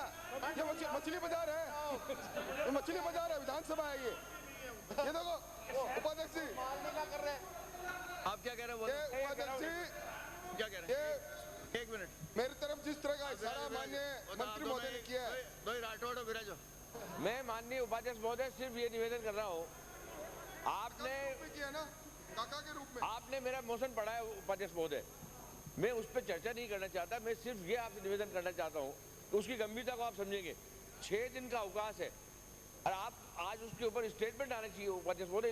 यानी पूरे RS ऑफिसर्स ने जो अधीनस्थ कार्य करते हैं, कलेक्टर के खिलाफ एक ज्ञापन देकर के कहा है। माननीय सदस्य नॉर्मली इस पर बोलने की इजाजत देते ही नहीं है। नहीं मैं बोल, क्योंकि आपका ये मामला महत्वपूर्ण है, इसलिए सरकार से जानकारी प्राप्त होने के बाद आपको जानकारी इजाजत देने पर विचार किया जाएगा। अध्यक्ष महोदय ठप पड़ा हुआ है, फिर क्या बात? ठप पड़ा हुआ है, अकाल के काम चल रहे हैं। आप समझिए कलेक्टर के और तमाम ऑफिसर्स के बीच में अगर कम्युनिकेशन गैप है तो कैसे चलेगा, मुझे बताइए आप। 6 दिन के आप अवकाश कर देंगे, फैमिली रिलीफ के काम के अवकाश कर देंगे, और आपके ये मुहर्रम है कल, जैसे ही और उसके बाद होली है, लॉ एंड ऑर्डर की व्यवस्था खड़ी होगी। किया जाएगा। माननीय अध्यक्ष महोदय की व्यवस्था है, उस व्यवस्था पर हम और आप दोनों का अध्यक्ष महोदय, माननीय अध्यक्ष की जो प्लीज नहीं माननीय उपाध्यक्ष महोदय ये समझने का चेष्टा करें, कल मुहर्रम है और होली का त्योहार आने वाला है, लॉ एंड ऑर्डर की व्यवस्था खड़ी होगी। तो मेरे से अगर डिस्ट्रिक्ट मजिस्ट्रेट के और नीचे के मजिस्ट्रेट के बीच में इतना बड़ा गैप हो गया, अन्य राजेंद्र राठौड़ अध्यक्ष महोदय ये तो उचित नहीं है। सरकार को माननीय कल्ला जी को इस बात में प्लीज विराजिए, आप प्लीज विराजिए, प्लीज। कल्ला जी तैयार है? नहीं है वो आपके उनके पास सब सूचना है, सब सूचना है उपाध्यक्ष महोदय। Let the reply come please. माननीय कल्ला जी के पास सब सूचना है। विराजिए प्लीज। टोंक जिले के अंदर देखिए बात चलिए, ये पूरा ये जो अखबार छपे पूरे उपाध्यक्ष महोदय मैं आपको अलाउ कर ही नहीं सकता, क्यों आप? मैं बोल ही नहीं रहा हूँ उपाध्यक्ष महोदय, क्या कर रहे हो? आपसे प्रार्थना कर रहा हूँ, आपसे प्रार्थना कर रहा हूँ, मैं आपसे प्रार्थना कर रहा हूँ। नहीं आपका प्रार्थना सिर्फ बात है, लेकिन मैं अनुरोध आपसे ये कर रहा हूँ उपाध्यक्ष महोदय विषय की गंभीरता को समझे। कल मुहर्रम है, वही होगा जो नियम होगा। नहीं कल मुहर्रम है, वही होगा जो नियम से होली आने वाली है, आप विराजिए प्लीज। लॉ एंड ऑर्डर की प्रॉब्लम खड़ी होगी। राजेंद्र राठौड़। उपाध्यक्ष महोदय, राजस्थान की राजधानी जयपुर में गत 15 जनवरी से सैकड़ों किसान लाल कोठी सब्जी मंडी पर बेमियादी धरना दिए हुए बैठे हैं। और उपाध्यक्ष महोदय, ये किसान उस सरकार से मांग कर रहे हैं जो सरकार अपने आप को किसानों को हितैषी कहती है, जिस सरकार ने अपने घोषणा पत्र में राजस्थान के किसानों को उसकी उपज का पूरा दाम, उत्तरदायी बाजार और बिचौलियों मुक्त बाजार उपलब्ध कराने के थोथे नारे दिए थे। आज उसी सरकार के सम्मुख उपाध्यक्ष महोदय 1-2 दिन से नहीं, 3 महीने से ज्यादा समय हो गया, किसान लगातार अपनी मांग के लिए बेमियादी धरना दिए बैठा है। उपाध्यक्ष महोदय, आपको स्मरण होगा अभी 2 दिन पहले ही किसान ने ऐलान किया था 10 मार्च को जयपुर की सब्जी मंडी में किसान अपनी सब्जी नहीं लाएगा। समाचार पत्रों में छपा, सब्जी के दाम डेढ़ दुगने नहीं कई गुना बढ़ गए। मैं आपके माध्यम से सरकार से निवेदन करना चाहूंगा, वर्ष 1995 में राजस्थान की सरकार ने 5 करोड़ रुपए लागत लगाकर महाराष्ट्र में हड़पसर पद्धति पर किसान और उपभोक्ता के बीच में बिचौलिया नहीं हो, इस अवधारणा के साथ लाल कोठी क्षेत्र में 5 बीघा जमीन सब्जी मंडी के लिए आवंटित की थी। उपाध्यक्ष महोदय, इसके साथ वहां 5 बड़े बड़े प्लेटफार्म बनाए गए, किसान के लिए रेस्ट हाउस बनाया गया, सारा इंफ्रास्ट्रक्चर तैयार किया गया और इस सारे मामले में कृषि विपणन बोर्ड ने 5 करोड़ रुपए खर्च किए। और उपाध्यक्ष महोदय, इस नए प्रयोग से जहां आम उपभोक्ता को 10% से लेकर 40% कम भाव से सब्जी मिलनी प्रारंभ हो गई, वहीं किसान को सीधी अपनी उपज उपभोक्ता को बेचे, इसका बंदोबस्त हुआ। परंतु सभापति महोदय, 27 मई 2001 को जब ऑपरेशन पिंक के नाम पर इस सरकार ने छोटे गरीब दुकानदारों को तबाह किया था, सभापति महोदय बड़ी गंभीर बात है, सदन चल रहा है, हम जनता के दर्द को इस सदन के माध्यम से सरकार तक पहुंचाना चाहते हैं।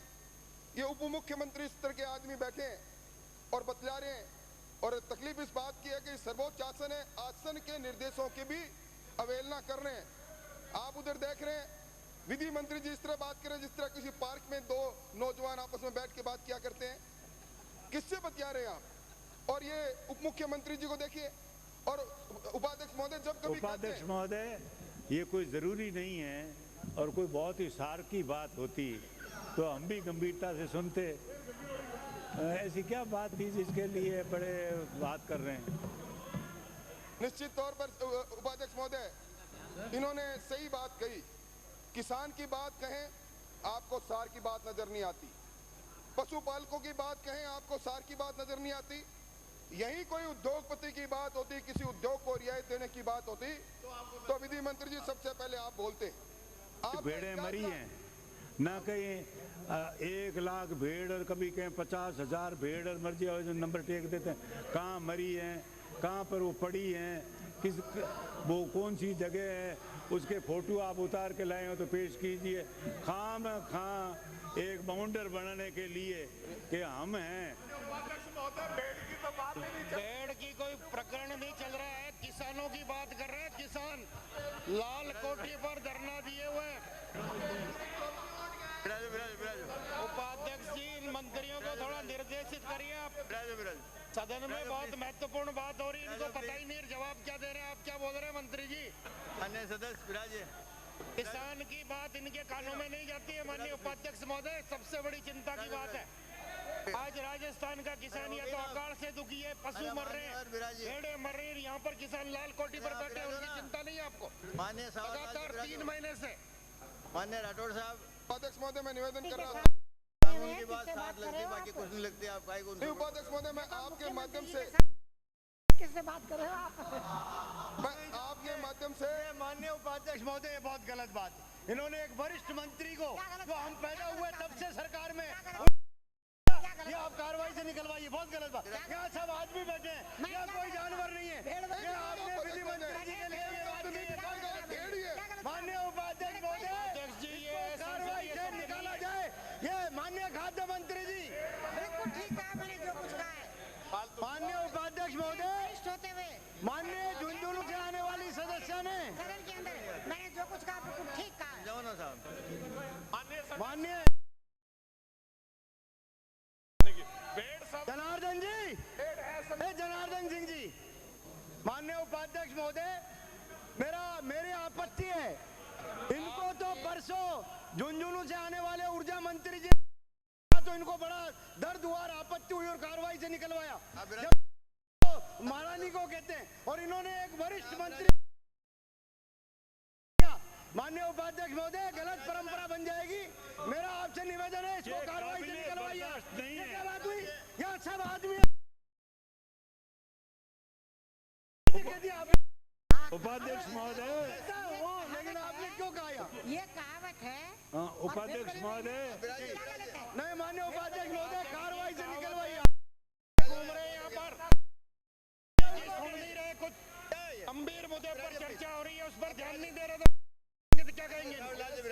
उपाध्यक्ष महोदय, मेरा निवेदन उपाध्यक्ष महोदय, ये सरकार संविपात में है। ये दोनों राठौड़ों का मामला है जो संज्ञा दी है उपाध्यक्ष महोदय।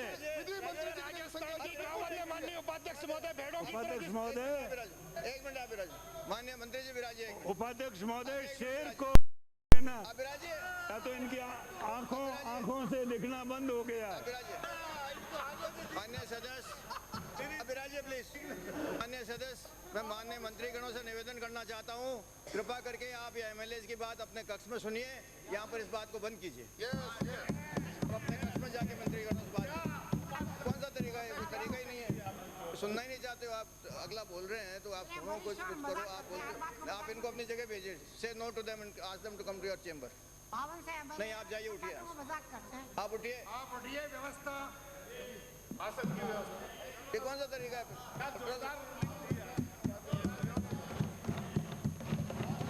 माननीय सदस्य, आपने का उपयोग किया क्या? किया। और आप बैठिए ना, आप बैठिए नीचे। आप क्यों खड़े हो? आप नीचे बैठिए। माननीय उपाध्यक्ष महोदय, आप क्यों बहस कर रहे हैं? आप बैठिए नीचे। माननीय उपाध्यक्ष महोदय, माननीय सदस्य, स्पष्टीकरण दूं? नहीं, मैं सिर्फ ये पूछ रहा हूँ। मैं बताती हूँ मैंने क्या कहा।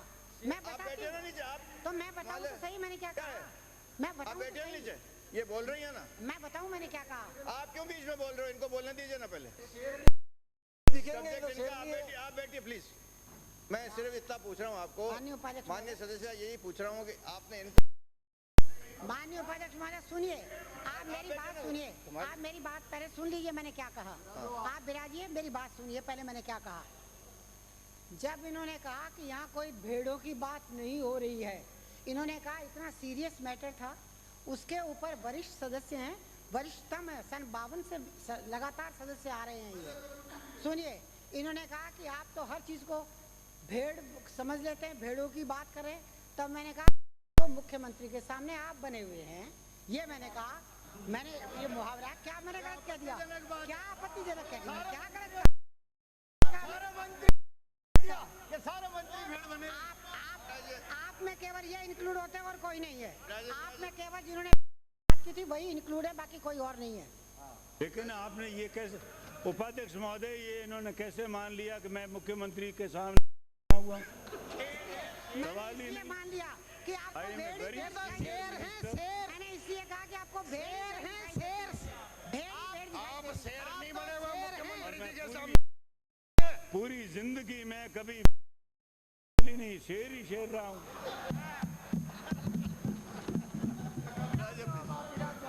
अध्यक्ष महोदय, मुख्यमंत्री इनको शेर समझ के हर मंत्रिमंडल में लेते। मंत्री जी पर लागू होता है, उसको एक्सपेंड कर दो। विधानसभा क्षेत्र का नाम भी शेरगढ़ी ही है, शेरों का गढ़। अध्यक्ष महोदय, ये समय का काल चक्र बड़ा गंभीर होता है। बोलिए। इस समय के काल चक्र ने कभी शेर को आज की हालत में ला के खड़ा कर दिया, बैठा दिया। मैं उसमें कहना नहीं चाहता, पर मुझे पूरी सहानुभूति है। मुझे पूरी सहानुभूति इसलिए ये मेरे काका भी लगते हैं। और अब उम्र के इस मोड़ पर उस शेर की बात कभी मत करना। माननीय सदस्य, अब वो बातें इतिहास के पन्नों में चली गई। माननीय राठौर साहब, इसलिए ये दिन देखने पड़ रहे हैं। माननीय सदस्य, अब समय यही जाया कर रहे हो, क्या फायदा है? तो मैं निवेदन कर रहा था उपाध्यक्ष महोदय, बड़ा गंभीर मामला है। 15 जनवरी से किसान आंदोलन कर रहा है। और उपाध्यक्ष महोदय, माननीय स्पीकर से आने वाले माननीय सदस्य ने राजेंद्र जी राठौड़ के लिए नालायक शब्द का, इसको आप निकलवाइए, कार्रवाई से निकाला जाए। नालायक से क्या मतलब है? माननीय बोल रहे हो, इनको तो कोई ऑब्जेक्शन नहीं है। जब माननीय सदस्य अपने काका श्री के बारे में इस तरह से ये नहीं हो सकता और वार्ता कर रहे हैं, तो ये कहना बिल्कुल जायज है कि जब भतीजा इस तरह से नालायक हो गए, तब ये काका को ये दिन देखने पड़ रहे हैं। बिना सोचे समझे चाहे जो मन में आए जो कह देंगे किसी के लिए, और बढ़िया होते तो लायक कहते। महोदय, कार्रवाई से निकलवाइए। आप कल दूसरे माननीय सदस्य के लिए कहेंगे। माननीय उपाध्यक्ष महोदय, कह सकते हैं इनमें एक भी लायक नहीं है। कांग्रेस में चाचा भतीजे की वार्तालाप है, इसमें आपको कहाँ तकलीफ है? माननीय उपाध्यक्ष महोदय, माननीय उपाध्यक्ष महोदय, एक भी लायक नहीं है इनमें कांग्रेसियों में। 15 जनवरी से किसान बेमियादी धरने पर बैठा है और उसकी मांग क्या है कि जो किसान के लिए जो सब्जी मंडी जिस पर सरकार ने 5 करोड़ रुपए खर्च किए, किसान के लिए 5 बड़े बड़े जहाँ सीमेंट के प्लेटफार्म बनाए गए, उस पर जब इसी सरकार में बैठे लोगों ने छोटे दुकानदार को उजाड़ा, और जब दुकानदार ने कहा कि हम कहाँ जाकर अपना व्यापार करें, और जब दबाव पड़ा तो उसको विस्थापितों को स्थापित करने की दृष्टि से सिर्फ 1 महीने का ये कहा था किसान को, 1 महीने में जिन लोगों को हम अस्थायी तौर पर यहाँ बैठा रहे हैं उनको उनकी वैकल्पिक व्यवस्था कर देंगे।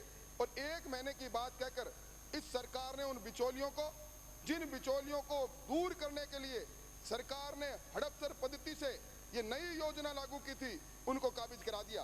किसान ने मांग की, किसानों ने कई बार कई दौर में शिष्टमंडल ने बात की, और सभापति उपाध्यक्ष महोदय, और तो और जो रेस्ट हाउस किसान के लिए बनाया गया था उसमें एक्सचेंज टर्मिनल का दफ्तर खोल दिया गया। इसलिए मैं निवेदन करना चाहता हूं कि जो गैर लाइसेंसदारी लोग जो किसान की मंडी पर कब्जा किए बैठे हैं, और तो और उपाध्यक्ष महोदय, अब तो उन्होंने आम रास्ते पर कब्जा कर लिया। ये कानून व्यवस्था की कभी न कभी सवाल खड़ा हो सकता है। किसान लगातार धैर्य से लोकतांत्रिक तरीके से लड़ रहा है, धरना दे रहा है, अपनी मांग को लेकर प्रदर्शन कर रहा है। इसलिए मैं निवेदन करना चाहता हूं कि राजस्थान के किसान की पीड़ा को समझे। आपने शोषण मुक्त, बिचौलियों मुक्त बाजार देने की बात किसान से करते हो, लंबे चौड़े वादे करते हो, परंतु किसान को उसका हक नहीं मिला। और ये उपाध्यक्ष महोदय, इसमें कोई लंबी चौड़ी बात नहीं, सिर्फ 156 लोग हैं, 156 वो लोग जिनके पास लाइसेंस भी नहीं है। ये लोग राजस्थान उच्च न्यायालय में गए, राजस्थान उच्च न्यायालय में हार गए। इसलिए मैं मांग करना चाहता हूं आपके माध्यम से इस गूंगी बहरी सरकार से, जिसके लिए किसान के लिए जिनके मन में दर्द नहीं, किसान की बात कहते हैं तो ये कहते हैं हमें बिना बात की बात को यहाँ विधानसभा में रख रहे हैं। आज भेड़ मरने की बात कहते हैं, आज भेड़ के लिए टीका नहीं उसकी बात कहते हैं, तो ये बात करते हैं। इसलिए मैं निवेदन करूंगा उपाध्यक्ष महोदय कि इस पर सरकार की तरफ से वक्तव्य आना चाहिए। किसान की मांग, उस जायज मांग को सरकार माने, ये मेरा निवेदन है।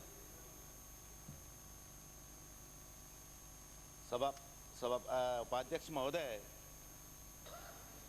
इस पवित्र सदन में शायद ही ऐसा कोई दिन रहा हो जब नियम और कानूनों को कोने में रख के और अपने लोगों को नहीं बचाया हो या बचाने का प्रयास नहीं किया हो। उपाध्यक्ष महोदय, अपने आप को पारदर्शी संवेदनशील सरकार कहने का ढोंग रचने वाली सरकार के सामने मैं कुछ तथ्य रखना चाहता हूं। मैं आपके माध्यम से शिक्षा मंत्री का ध्यान आकर्षित करना चाहता हूं। उपाध्यक्ष महोदय, बाड़ी विधानसभा क्षेत्र भौगोलिक स्थिति से डांग इलाका है। मैंने सदन में कई बार शिक्षा को लेके और चिंता व्यक्त की है।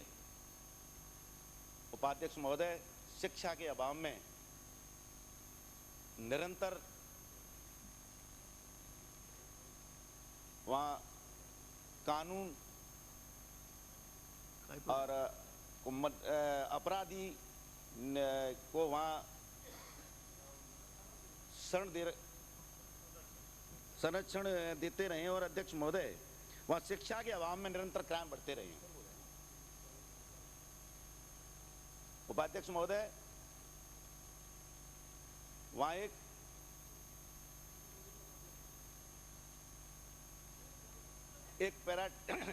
वहाँ माध्यमिक स्कूल तो आज तक खोले नहीं। निश्चित तौर पे अपने लोगों को लाभान्वित करने के लिए राजीव गांधी पाठशाला जरूर वहाँ खुली हैं। उपाध्यक्ष महोदय, मेरे निर्वाचन क्षेत्र बाड़ी में जहाँ एक पैरा टीचर की नियुक्ति के लिए जो धांधलीबाजी हुई, उसी विषय में मैं आज उपाध्यक्ष महोदय आपके सामने बताना चाहता हूँ। उपाध्यक्ष महोदय, राजकीय प्राथमिक विद्यालय चंद्रावली में दिनांक 5/5/2000 को पैरा टीचर की नियुक्ति के लिए आवेदन आमंत्रित हुए। उस आवेदन में एक कमेटी गठित हुई। उस कमेटी में प्रधानाध्यापक, उस ग्राम पंचायत के सदस्य, सरपंच और वहाँ के एक टीचर इनकी कमेटी गठित हुई और उपाध्यक्ष महोदय उस कमेटी के समक्ष पैरा टीचरों की हेतु 4 नाम क्रम से सालू पत्नी श्री गोविंद प्रसाद, श्रीमती विद्या पत्नी आदराम, श्रीमती फूलवती पत्नी श्री रामवीर और श्रीमती ममता पत्नी केदार ने अपने आवेदन पत्र के साथ वो उपस्थित हुई। उपाध्यक्ष महोदय, जिनमें सालू पत्नी गोविंद प्रसाद को योग्यता के आधार पर पैरा टीचर के पद के लिए चयन किया गया। साला के प्रधानाध्यापक श्री कदीर ने उपाध्यक्ष महोदय योग्यता सूची में ग्राम पंचायत के सरपंच के फर्जी साइन करके और नदीवा मानो पुत्री श्री अब्दुल कदीर खां को जो साक्षरता में उपस्थिति नहीं हुई का चयन कर लिया गया। इस पूरे प्रकरण की शिकायत संभागीय आयुक्त को की गई। संभागीय आयुक्त 18/10/2002 को की गई। उसके बाद उपाध्यक्ष महोदय आयुक्त के पत्र क्रमांक 22/10 को दिनांक 18/10/2002 के अंतर्गत जांच के आदेश दिए गए। संभागीय आयुक्त द्वारा जांच के आदेश से जिला कलेक्टर धौलपुर ने विकास अधिकारी वसेड़ी को आदेश दिए जांच के। विकास अधिकारी ने जांच करके और कलेक्टर को सौंपी। उपाध्यक्ष महोदय, कलेक्टर महोदया ने उसकी सिफारिश जांच सौंपी। ये दिनांक पत्र क्रमांक 26/99 को जिला कलेक्टर को सौंपी। जिला कलेक्टर ने कागजों में हेराफेरी करने का आरोप तत्कालीन शाला के प्रधानाध्यापक श्री अब्दुल कदीर व श्री बाबूलाल शर्मा को निलंबन करने की सिफारिश कर दी। उपाध्यक्ष महोदय, इतना ही नहीं, जिला कलेक्टर धौलपुर के अभिशंसा पर उपनिदेशक प्रारंभिक शिक्षा जयपुर ने दिनांक 30/7/2002 को श्री अब्दुल कदीर खां प्रधानाध्यापक राजकीय उच्च प्राथमिक विद्यालय चंद्रावली व बाबूलाल शर्मा को निलंबित कर दिया। इसके बाद उपाध्यक्ष महोदय प्रार्थनीय सालू शर्मा ने धारा 156(3) के इस्तगासा न्यायालय में पेश कर दिया।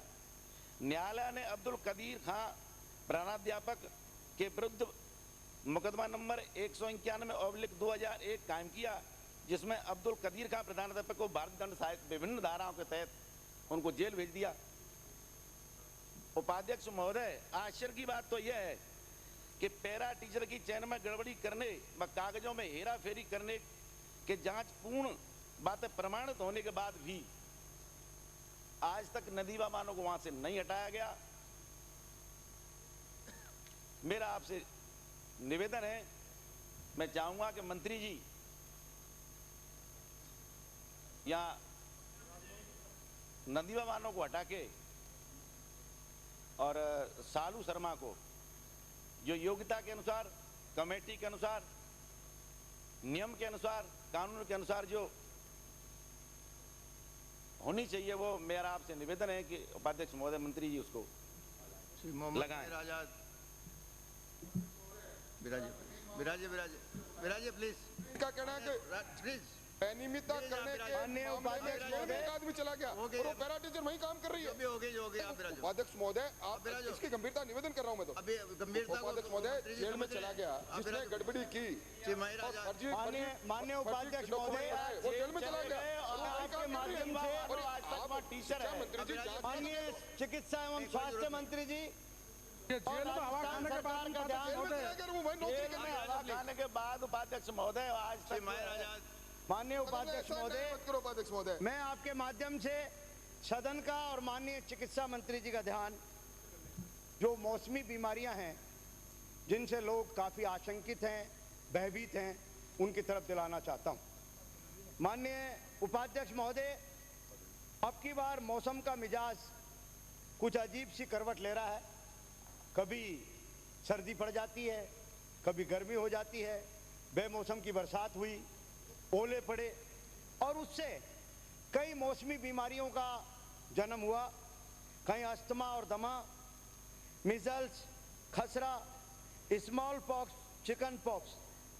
माननीय उपाध्यक्ष महोदय, जयपुर में ही झालाना डूंगरी में 18 वर्षीय गोपाल, 32 वर्षीय छोटी, सांगानेर तहसील के आकोदा गांव में मीणा परिवार के 3 लोग और चाकसू तहसील के थली गांव के अंदर 4 लोगों के चेचक जैसी बीमारी जिसमें बुखार आता है, छोटे और बड़े फफोले होते हैं, ऐसा देखने में आया। और उससे आसपास के क्षेत्रों में लोग काफ़ी भयभीत हो गए, काफ़ी आतंकित हैं। उनके मन में वापस से शंका पैदा हो गई है कि हमने बड़ी माता या चेचक जैसी बीमारी को, जिसके ऊपर काबू पा लिया था, नियंत्रण पा लिया था, जिसका पूरी तरीके से खात्मा कर दिया था, कहीं हमारे बच्चे इसकी जकड़ में पुनः नहीं आ जाएं। जिसको थोड़ा बहुत भी बुखार होता है और शरीर पर दाफड़ होते हैं तो वो बड़ा भयभीत हो जाता है, परेशान हो जाता है। मैं माननीय उपाध्यक्ष महोदय, आपके माध्यम से सदन का और माननीय चिकित्सा मंत्री जी का ध्यान इस ओर आकर्षित करना चाहता हूं कि एक और तो माननीय स्वास्थ्य मंत्री जी, हम करोड़ों रुपया खर्च करके और एड्स और ये जो आपके पल्स पोलियो, इस पे अभियान चलाकर पोलियो पर नियंत्रण की बात कर रहे हैं। कहीं ऐसा नहीं हो कि जो बीमारियां जिन पर हमने पहले नियंत्रण पा लिया था है, उनका वापस पुनर्जन्म हो जाए और उससे लोग बड़े भयभीत और आतंकित हैं। इसलिए मैं, आप बड़े सक्षम मंत्री हैं, मैं आपके माध्यम से माननीय उपाध्यक्ष महोदय, माननीय चिकित्सा मंत्री जी से निवेदन करना चाहता हूं कि आप सदन के माध्यम से राजस्थान की उस ग्रामीण क्षेत्र दूर दराज की जनता को, जो एक और तो अकाल की मार सह रही है, वो आतंकित है, भयभीत है कि कहीं ये अखबारों में भी ये आया है कि चिकन पॉक्स ने पैर पसारे, कहीं आ रहा है कि बड़ी माता और चेचक वापिस आ गई है। तो लोगों के मन में जो भ्रांति उत्पन्न हो रही है, जो भय उत्पन्न हो रहा है, मैं चाहूंगा कि आप इसमें क्या स्थिति है सदन को और राजस्थान की जनता को वास्तविक स्थिति से अवगत कराएं। श्री धर्मपाल जी चौधरी। गंभीर मामला है, सब कहने दो उन्हें कुछ तो पहले वाले का जवाब दे देते, दूसरे अब इसका जवाब देने लग रहा हूँ। चेचक वगैरह का मामला उठाया, चेचक पूरे राजस्थान में कहीं नहीं है।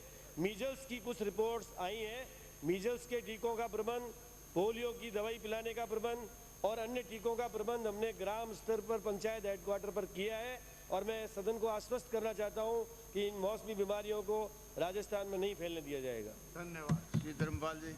माननीय उपाध्यक्ष महोदय, मैं आपके माध्यम से उद्योग मंत्री जो आज अभी हाजिर नहीं है, उनका ध्यान नीमराणा और शाहजहाँपुर में जो औद्योगिक क्षेत्र है उसका प्रदूषित जल। अन्य सदस्य, ये पोल्यूशन मंत्री जी से संबंधित, उद्योग मंत्री से संबंधित। उद्योग पॉल्यूशन एक ही होगा विभाग, तो उद्योग मंत्री अभी डिमांड आ रही है इसकी। पर्यावरण से मतलब नहीं है साहब इसका, नहीं, और जल की बात होने लग रही है। मैं बताता हूँ, उससे नहीं, उद्योग से है साहब, ये उससे नहीं है। इसका जो प्रदूषित जल है वो रिको नाला बनाने लग रहा है साहब, वो उस पर्यावरण से मतलब नहीं है।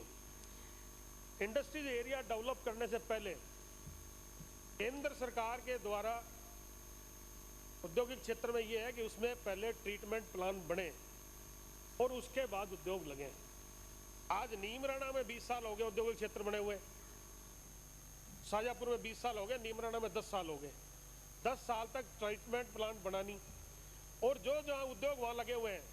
अब रिको, हमने कई बार इस बारे में उद्योग मंत्री से शिष्टमंडल मिला और हमने कहा कि इस गंदे पानी की जो आप योजना बना रहे हैं, हमारे मुंडावर क्षेत्र के 10 किलोमीटर एरिया में जाने के बाद इस गंदे पानी को साबी नदी में डालना चाहते हैं।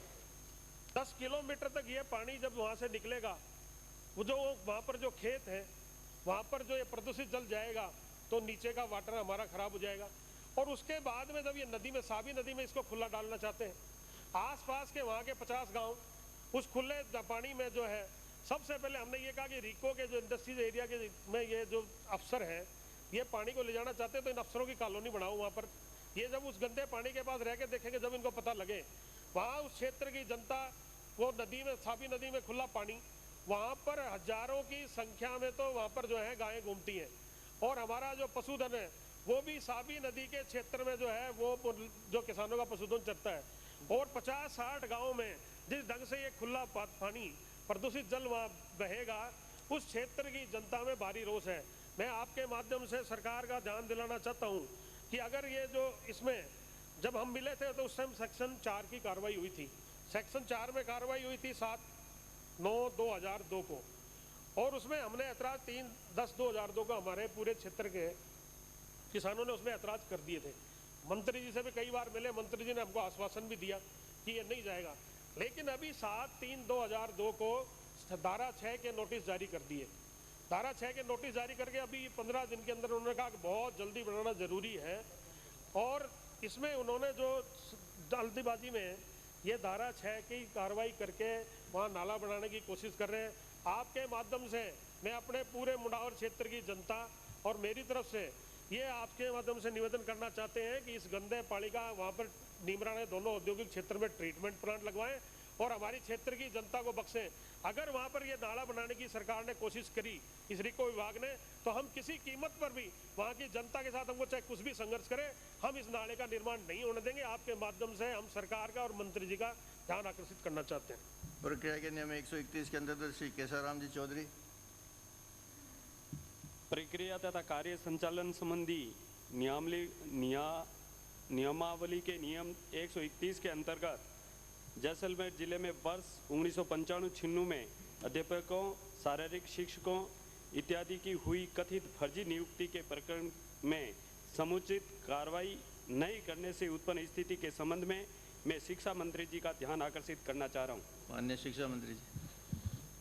माननीय उपाध्यक्ष महोदय, वर्ष 1995-96 में जैसलमेर जिले में अध्यापकों, शारीरिक शिक्षकों की फर्जी नियुक्ति तथा सेवा में न रहते हुए भी प्रयोगशाला सेवकों के फर्जी तरीके से स्थानांतरण करवाकर सेवा में लेने नियमित कराने की कार्रवाई के संबंध में विभिन्न समाचार पत्रों एवं जनप्रतिनिधियों के माध्यम से प्राप्त शिकायतों पर तत्कालीन सचिव राजस्थान राज्य पाठ्य पुस्तक मंडल जयपुर को आदेश क्रमांक प2/13 शिक्षा -2/96 दिनांक 11/10/96 द्वारा जांच अधिकारी नियुक्त किया गया था।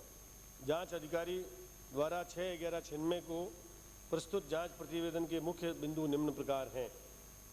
श्री अशोक कुमार शर्मा एवं श्री विनोद कुमार शर्मा, जो कहीं पर भी सेवा में नहीं थे, को फर्जी तरीके से प्रयोगशाला सेवक के पद पर जैसलमेर जिले में पहले दौसा से पारिवारिक परिस्थितियों को ध्यान में रखते हुए स्थानांतरित किया गया और फिर 6 महीने बाद पुनः पारिवारिक परिस्थितियों के आधार पर वापस दौसा/जयपुर जिलों में उनका स्थानांतरण कर दिया गया। इस प्रकरण में मुख्य रूप से तत्कालीन जिला शिक्षा अधिकारी जैसलमेर को मुख्य दोषी तथा तत्कालीन संयुक्त निदेशक प्रारंभिक शिक्षा बीकानेर को भी सहयोगी माना। श्रीमती विजयलक्ष्मी बिस्सा को, जो मार्च 1996 में गलत ढंग से जैसलमेर जिले में नियुक्त किया गया, जहां पर एक दिन ज्वाइन किया फिर अनुपस्थित रही और 3 महीने बाद जून में दौसा जिले में स्थानांतरण कर दिया गया। सुश्री जाहिदा बेगम को बिना नियुक्ति फर्जी ढंग से सेवारत दिखाकर जयपुर जिले में अंतर जिला स्थानांतरण किया। प्रारंभिक नियुक्ति से लेकर कार्य मुक्ति, अंतिम वेतन भुगतान प्रपत्र एवं स्थानांतरण आदि सभी में फर्जी रिकॉर्ड तैयार कर षड्यंत्र से सेवा में प्रवेश लेने का माना। इस हेतु जांच अधिकारी ने तत्कालीन जिला शिक्षा अधिकारी जैसलमेर को मुख्य अभियुक्त, तत्कालीन जिला शिक्षा अधिकारी प्रारंभिक शिक्षा दौसा, उपनिदेशक माध्यमिक जयपुर एवं संयुक्त निदेशक प्रारंभिक शिक्षा बीकानेर को उक्त प्रकरण में सहयोगी माना है।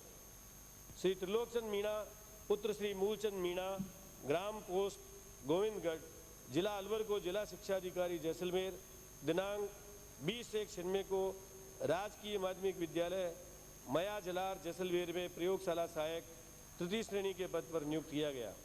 इस प्रकरण में जांच अधिकारी ने जिला शिक्षा अधिकारी छात्र जैसलमेर को फर्जी नियुक्ति के लिए दोषी माना। जिला शिक्षा अधिकारी छात्र जैसलमेर ने अपने आदेश दिनांक 22/1/96 को श्री मुरारी लाल शर्मा को राजकीय माध्यमिक विद्यालय उजला जिला जैसलमेर में पुस्तकालयाध्यक्ष तृतीय श्रेणी के पद पर नियुक्त किया गया। जांच के दौरान कार्यरत जिला शिक्षा अधिकारी ने उक्त आदेश उनके कार्यालय से प्रसारित नहीं होना प्रमाणित किया। उन्होंने श्री मुरारी लाल शर्मा का इस पद के लिए कोई आवेदन पत्र प्राप्त नहीं होना एवं न ही नियुक्ति हेतु वरीयता सूची में नाम अंकित होना बताया गया। इस हेतु तत्कालीन जिला शिक्षा अधिकारी छात्र जैसलमेर को दोषी माना गया। उपरोक्त जांच बिंदुओं के अलावा जांच प्रतिवेदन में निम्नांकित आगामी कार्रवाई प्रस्तावित की गई। संदर्भित सारे मूल रिकॉर्ड को विभिन्न स्रोतों से विभाग द्वारा एकत्रित कर एक केंद्र स्थान पर रखा जावे। आगामी जांच कार्रवाई किसी ऐसी एजेंसी से करवाई जावे जो शिक्षा विभाग से संबंधित न हो, निष्पक्ष हो तथा इस प्रकार के प्रकरणों की जांच करने में अनुभवी हो, साथ ही अधिकृत एवं प्रभावी हो। प्रकरण का गहराई से अन्वेषण प्रारंभ हो। उक्त बिंदुओं के परीक्षण में इस प्रकरण में राजस्थान राज्य अन्वेषण ब्यूरो से उपरोक्त के विरुद्ध 5 प्रकरण संख्या 26/97 से 30/97 दिनांक 31/1/97 को दर्ज करवाए गए। इसके साथ ही विभाग द्वारा जांच प्रतिवेदन का परीक्षण कर जांच रिपोर्ट के आधार पर इस प्रकरण में जांच प्रतिवेदन में वर्णित अधिकारियों सर्व तत्कालीन संयुक्त निदेशक प्रारंभिक शिक्षा बीकानेर के विरुद्ध CCA 16 में अनुशासनात्मक कार्रवाई करने एवं उनके अतिरिक्त तत्कालीन जिला शिक्षा अधिकारी दौसा, तत्कालीन जिला शिक्षा अधिकारी प्रारंभिक शिक्षा जयपुर, तत्कालीन उपनिदेशक जयपुर एवं अन्य के विरुद्ध CCA 97 में कार्रवाई करने का निर्णय भी लिया गया। CCA 17 कोड ऑफ कंडक्ट, परंतु शिक्षा विभाग द्वारा 21/8/98 को प्रकरण संख्या 26/97 से 30/97 के संबंध में महानिदेशक पुलिस राज्य जयपुर से प्रकरण में संबंधित व्यक्तियों के विरुद्ध विभागीय कार्रवाई किए जाने हेतु प्रगति की सूचना चाहने पर अन्वेषण ब्यूरो ने अपने पत्र दिनांक 8/9/98 द्वारा अवगत कराया कि राज्य सरकार के आदेशानुसार जो प्रकरण ब्यूरो में अनुसंधानाधीन चल रहे हों उनमें विभागीय स्तर पर जांच नहीं की जानी चाहिए। इस प्रकार अन्वेषण ब्यूरो के उपरोक्त पत्र के अनुसरण में संबंधित व्यक्तियों के खिलाफ विभागीय जांच रोक दी गई। भ्रष्टाचार निरोधक ब्यूरो ने अपने पत्र दिनांक 22/5/2001 द्वारा सूचित किया कि प्रकरण संख्या 27/97 से 28/97 तक एवं 30/97 का दिनांक 16/4/2001 को एवं अपराध संख्या 29/97 में दिनांक 25/10/99 को न्यायालय में चालान पेश किया जा चुका है। प्रकरण संख्या 26/97 में तत्कालीन जिला शिक्षा अधिकारी जैसलमेर के साथ साथ श्री अशोक कुमार व श्री विनोद कुमार शर्मा असारथी को दोषी माना जाकर चालान पेश किया गया। प्रकरण संख्या 27/97 में जिला शिक्षा अधिकारी जैसलमेर एवं जाहिदा बेगम आसारथी को दोषी पाए जाने पर न्यायालय में चालान पेश किया गया। प्रकरण संख्या 28/97 में तत्कालीन जिला शिक्षा अधिकारी जैसलमेर एवं श्री मुरारी लाल शर्मा आसारथी को ही दोषी पाया गया और इनका ही चालान किया गया। प्रकरण संख्या 29/97 में तत्कालीन जिला शिक्षा अधिकारी जैसलमेर एवं श्री त्रिलोक सिंह लाभार्थी के विरुद्ध चालान पेश किया गया। प्रकरण संख्या 30/97 में तत्कालीन जिला शिक्षा अधिकारी अजमेर एवं श्रीमती विजय लक्ष्मी बिस्सा को दोषी पाए जाने पर न्यायालय में चालान पेश किया गया। इस प्रकार उक्त प्रकरण में भ्रष्टाचार निरोधक ब्यूरो द्वारा मुख्य रूप से तत्कालीन जिला शिक्षा अधिकारी जैसलमेर को ही मुख्य आरोपी मानते हुए उनका ही न्यायालय में चालान किया गया तथा शेष विभागीय अधिकारियों को दोषी नहीं माना गया। जिला शिक्षा अधिकारी जैसलमेर के विरुद्ध न्यायालय में अभी भी प्रकरण विचाराधीन है। प्रकरण में जिन आसार्थियों को फर्जी नियुक्ति प्रदान कर स्थानांतरण किया गया है और जिनका न्यायालय में चालान प्रस्तुत किया गया है उनमें श्री त्रिलोकचंद, श्री मुरारी लाल शर्मा, श्री अशोक कुमार, श्री विनोद कुमार, सुश्री जाहिदा बेगम एवं विजय लक्ष्मी बिस्सा की सेवाएं समाप्त की जा चुकी हैं। एक मिनट पहले आप कहाँ से हाथ ऊंचा कर रहे हो? उपाध्यक्ष महोदय, क्या लाभान्वित फर्जी नियुक्ति कर्मचारियों के माता पिता या अन्य रिश्तेदार शिक्षा विभाग में महत्वपूर्ण पदों पर आज भी कार्यरत हैं? नंबर 1। नंबर 2, क्या विजयलक्ष्मी बिस्सा के पिता नंदकिशोर रंगा उप निदेशक माध्यमिक जयपुर में कार्यालय सहायक के पद पर कार्यरत है? उपाध्यक्ष महोदय, यह फर्जी प्रकरण दौसा और जैसलमेर में हुआ और यहाँ पर जो भी रिकॉर्ड रहता है वो वहाँ पर रहता है। अब शिक्षा विभाग के किसी कर्मचारी की लड़की कहीं कोई लाभान्वित हुई, उसको वहाँ से हटा दिया गया, वो कहीं न कहीं तो काम करेगा। इन दोनों स्थानों पर जहाँ भी घटना घटित हुई है वहाँ पर कोई भी कर्मचारी कार्यरत नहीं है। माननीय अध्यक्ष महोदय, सभापति आप बोलो, आप विराज। उपाध्यक्ष महोदय, ये अत्यंत गंभीर मामला है। प्लीज क्वेश्चन मैं शिक्षा मंत्री जी, आपने जिस रिपोर्ट का जिक्र किया है, जो जांच अधिकारी ने 6/11/96 को प्रस्तुत की है, उसका ऑपरेटिंग पार्ट पढ़ के सुनाना चाहता हूं। उपाध्यक्ष महोदय, मुझे अनुमति प्रदान करें। परंतु यह तो इस प्रकरण की समस्या या सामाजिक नासूर का केवल अंग है जो ऊपर उभर कर दिख रहा है। अगर गहराइयों से जांच की जाए तो शायद पता चलेगा कि अनियमितता एवं फर्जीकारी की इन कार्यालयों में गहरी जड़ जमा चुके हैं। भ्रष्टाचार का ऐसा स्वरूप सामने आएगा जो आंखें खोलने वाला होगा। फर्जी ढंग से नियुक्ति की गई है, यह उपरोक्त प्रकरण से स्पष्ट है। किसने ये नियुक्ति की यह आभासित हो रहा है, परंतु मूल प्रश्न है कि निजी स्वार्थों से प्रेरित होकर आर्थिक प्रलोभन से या उच्च अधिकारियों के दबाव से ऐसा प्रतीत होता है कि इसमें दोनों ही तथ्य प्रभावित रहे।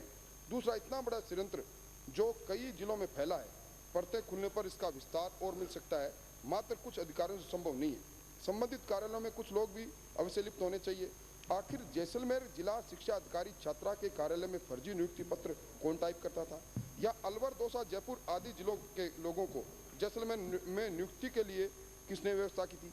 अतः इन अधिकारियों के नीचे भी जिला स्तर, रेंज स्तर और निर्देशालय स्तर पर ऐसे लोगों का पूरा तंत्र फैला हुआ है जो इन कार्यालयों में लिप्त है। अनौपचारिक रूप से हस्ताक्षरकर्ता को यह भी बताया गया कि कुछ लोग सेवा के प्रत्याशी इन लोगों को जैसलमेर। मैं ये निवेदन करना चाहता हूँ कि जो जांच करता है, उस जांचकर्ता ने अपनी रिपोर्ट के अंदर, मंत्री जी, जब ये कहा है कि ये बहुत बड़ा रैकेट है और इसके मामले में पूरी जांच, उसने लिखा है आगामी जांच की कार्रवाई किसी ऐसी एजेंसी से कराई जाए जो शिक्षा विभाग से संबंधित न हो, निष्पक्ष हो। इस प्रकार के प्रकरणों की अनुभवी हो। जब ये कह रहा है कि शिक्षा विभाग से अलावा किसी से जांच कराई जाए, तो आपको जांच कराने में क्या दिक्कत है? नंबर 1 बात। नंबर 2 बात, आपने अभी माननीय सदस्य ने जब ये कहा कि इनके जो लोग लाभान्वित हुए, उनके पिता या उनके निकट के संबंधी क्या आज की तारीख में आपके विभाग में कार्यरत हो, तो आपने खड़े होकर फटके दिया, कहीं तो कार्यरत रहेंगे। ये जांच रिपोर्ट ये इंगित करती है, सभा उपाध्यक्ष महोदय, कि जो आज शिक्षा विभाग में जो इनको कह रहे हैं कि वो कहीं ना कहीं काम करेंगे, वो अपने बच्चे को लेकर खुद गए और वो इसमें लिप्त रहे। इसलिए मैं पूछना चाहता हूँ, क्या ये सही है? बता दे, उनके समय का ये सारा केसेस है, एक धंधा बना रखा था वहाँ पर। मंत्री जवाब दे देंगे, आप बिराजो। प्रकरण संख्या 29/97 एफआईआर दर्ज हुई है, त्रिलोक चंद मीणा के खिलाफ दर्ज हुई है और उनकी फर्जी नियुक्ति का मामला है।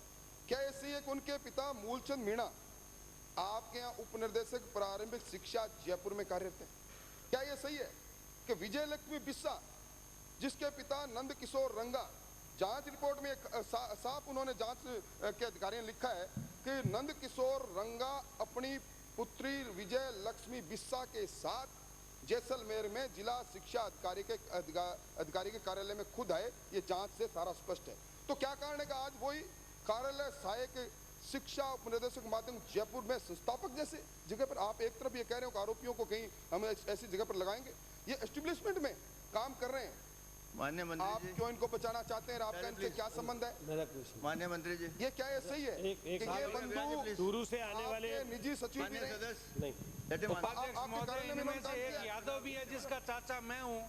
ये क्या बात हुई? रिश्तेदारों को बैठ करके फांसी पे चढ़ा दे। जिनके राजकाज में ये काम हुआ वो तो उसके ऊपर बोलने दीजिए।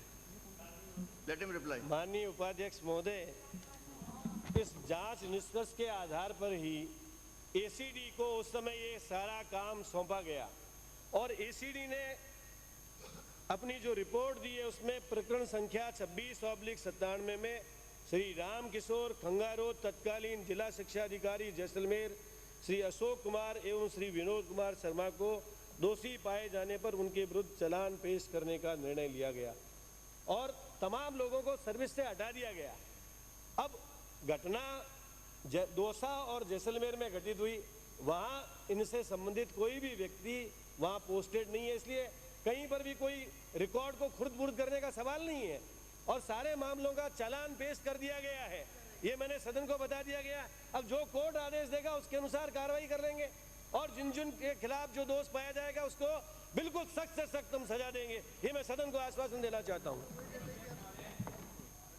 इस विषय को जो आपने सदन में अब तक जवाब दिए हैं उन जवाब को पढ़ना चाह रहा हूँ कि आप,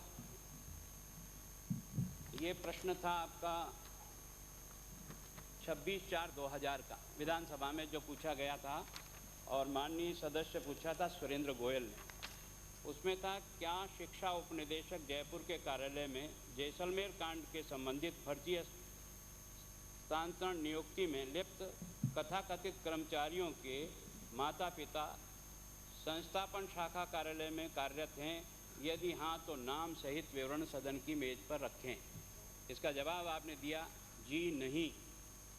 जैसलमेर फर्जी नियुक्ति कांड में कहने के दोषी पाए गए कोई भी लोक सेवक अपने परिवार सदस्य वर्तमान में शिक्षा निदेशक माध्यमिक जयपुर कार्यालय में पदस्थापित नहीं है। एक प्रश्न का जवाब बता रहा हूँ। दूसरा, आपने ये समय समय पर जो है ना इसी प्रकार का जवाब जब भी पूछा तब आपने पिछले एक ध्यानाकर्षण प्रस्ताव में भी इसी प्रकार का जवाब दिया था, जो हमें बाद में मिला, क्यों हाउस में तो आया नहीं था। जांच अधिकारी ने प्राथमिक जांच रिपोर्ट में फर्जी तरीके से नियुक्ति प्राप्त कथाकथित कर्मचारियों के माता पिता शिक्षा विभाग में कार्यरत होने का कोई तथ्य उजागर नहीं किया गया तथा न ही विभाग ने इस प्रकार की कोई शिकायत प्राप्त की। एक, इसका मतलब आप ये डिनाई कर रहे हैं। ये है आपका जांच प्रतिवेदन जिससे इनको दोषी माना। इसको मैं पढ़ता हूँ। क्यों अपनी आपसे ऐसा गलत काम करने के लिए क्यों प्रेरित हो रहा है, मुझे समझ में नहीं आ रहा है।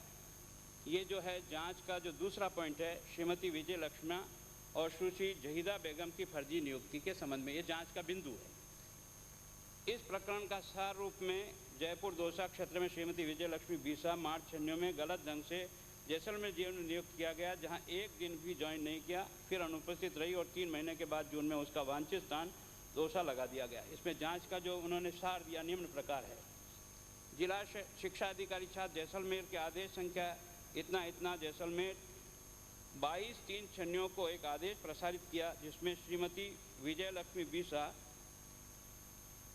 पिता श्री नंद किशोर रंगा श्री शील बटियाना जैसलमेर तृतीय श्रेणी अध्यापक पद पर नियुक्ति दी गई। इस नियुक्ति के संदर्भ में इसके कई पॉइंट उन्होंने बताए हैं कि ये कहीं इसका मेरिट लिस्ट में नाम नहीं, कहीं वहाँ उसका दर्ज नहीं। उसमें उन्होंने 6ठे पॉइंट पे लिखा है, इसको आप पढ़िए। राजकीय बालिका उच्च माध्यमिक विद्यालय भियाना जिला जैसलमेर की प्रधानाध्यापिका ने जिला शिक्षा अधिकारी छात्रा संस्था जैसलमेर को लिखे गए अपने पत्र दिनांक 21/9/96 से यह स्पष्ट किया है कि श्रीमती विजय लक्ष्मी बीसा के आदेश डाक से प्राप्त नहीं हुए थे। उसके पिता भी साथ आए थे, साथ नियुक्ति पत्र लेकर दिया और दूरभाष पर श्रीमान जिला शिक्षा अधिकारी श्री खंगार ने उसकी कार्यभार ग्रहण करने हेतु आदेश दिया। ये उस हेडमास्ट्रेट ने कहा कि मुझे आकर के हाथों हाथ लिफाफा दिया और डीओ ने कहा कि दो। ये नंद किशोर रंगा ये स्वयं गया और प्रश्न पूछ रहे हैं तो आप हमेशा इसको डिनाई कर रहे हैं। उसने स्वयं ने जाकर नियुक्ति पत्र दिया और ये नियुक्ति प्राप्त की। क्या ये सच है या नहीं? एक। दूसरा, ये जो आपका त्रिलोक मीणा है, त्रिलोकचंद मीणा, आप क्यों सच को छिपाते हो? जो जांच हो चुकी, प्रमाणित हो गया, उसे जबरदस्ती आप छुपाने के लिए पिछले इतने सालों से प्रयास क्यों कर रहे? श्री त्रिलोकचंद मीणा प्रयोगशाला सहायक पद पर फर्जी नियुक्ति 21/1/96 को जिला शिक्षा अधिकारी कार्यालय से आदेश क्रमांक प्रसारित हुआ जिसमें श्री त्रिलोकचंद मीणा पुत्र श्री मूलचंद मीणा गोविंदगढ़ जिला अलवर को राजकीय माध्यमिक विद्यालय जैसलमेर प्रयोगशाला सहायक पद पर नियुक्ति दी जाती है। इस नियुक्ति के क्रम में कार्य ग्रहण करने की अवधि 5-2 थी। श्री त्रिलोक चंद मीणा ने इस अवधि में ज्वाइन नहीं किया, उन्होंने 19-4 को ज्वाइन किया। फिर उसके बाद उक्त संदर्भित नियुक्ति में अवधि में शिथिलता देने दोनों आदेशों के बारे में जिला शिक्षा जैसलमेर ने प्रमाणित किया कि ये आदेश इस कार्यालय से प्रसारित नहीं हुए। त्रिलोक चंद मीणा का नाम 95-96 के प्रयोगशाला सहायक पद पर तैयार की गई वरीयता सूची में नहीं है। इसका नाम साक्षात्कार देने वाली सूची में भी नहीं है। इस प्रकार अब ये जो त्रिलोक चंद मीणा है, ये आपका डीडी जो इस समय काम कर रहा है उसका लड़का है, ये मूलचंद मीणा का जो अभी डिप्टी डायरेक्टर में काम कर रहा है। इसी तरह से श्री रजा जो उस समय जॉइंट डायरेक्टर थे, उनकी भतीजी जिहादा वो भी इसी तरह से इस सारे के सारे डॉक्यूमेंट में है। लगातार जब से ये प्रकरण चला तब से लेकर के इस विभिन्न तरीकों से प्रयास कर रहे हैं, पर आपका विभाग हमेशा, चाहे वो ध्यानाकर्षण पुरस्कार का मैंने आपको बताया उत्तर जवाब दिया, मुख्यमंत्री जी को मैंने चिट्ठी लिखी थी, उस मुख्यमंत्री जी की चिट्ठी में आपको सुनकर के और देखकर हैरानियत होगी कि इसका किस तरह से हम उपयोग कर रहे हैं। मुख्यमंत्री जी की चिट्ठी में भी मैंने जो पत्र लिखा, मुख्यमंत्री जी ने उसको, मेरा पत्र था 15/11/2002 का, मुख्यमंत्री जी ने कहा, श्री कटारिया जी, जैसलमेर जिले में 95 शिक्षा विभाग के कई पदों पर फर्जी नियुक्ति होने के संबंध में आपका पत्र मुझे प्राप्त हुआ है। मैं इसे आवश्यक कार्रवाई हेतु शासन सचिव शिक्षा विभाग को भेज रहा हूँ। शासन शिक्षा विभाग का शासन क्या जवाब देता है, मुझे जो पत्र आया उनका, जहाँ तक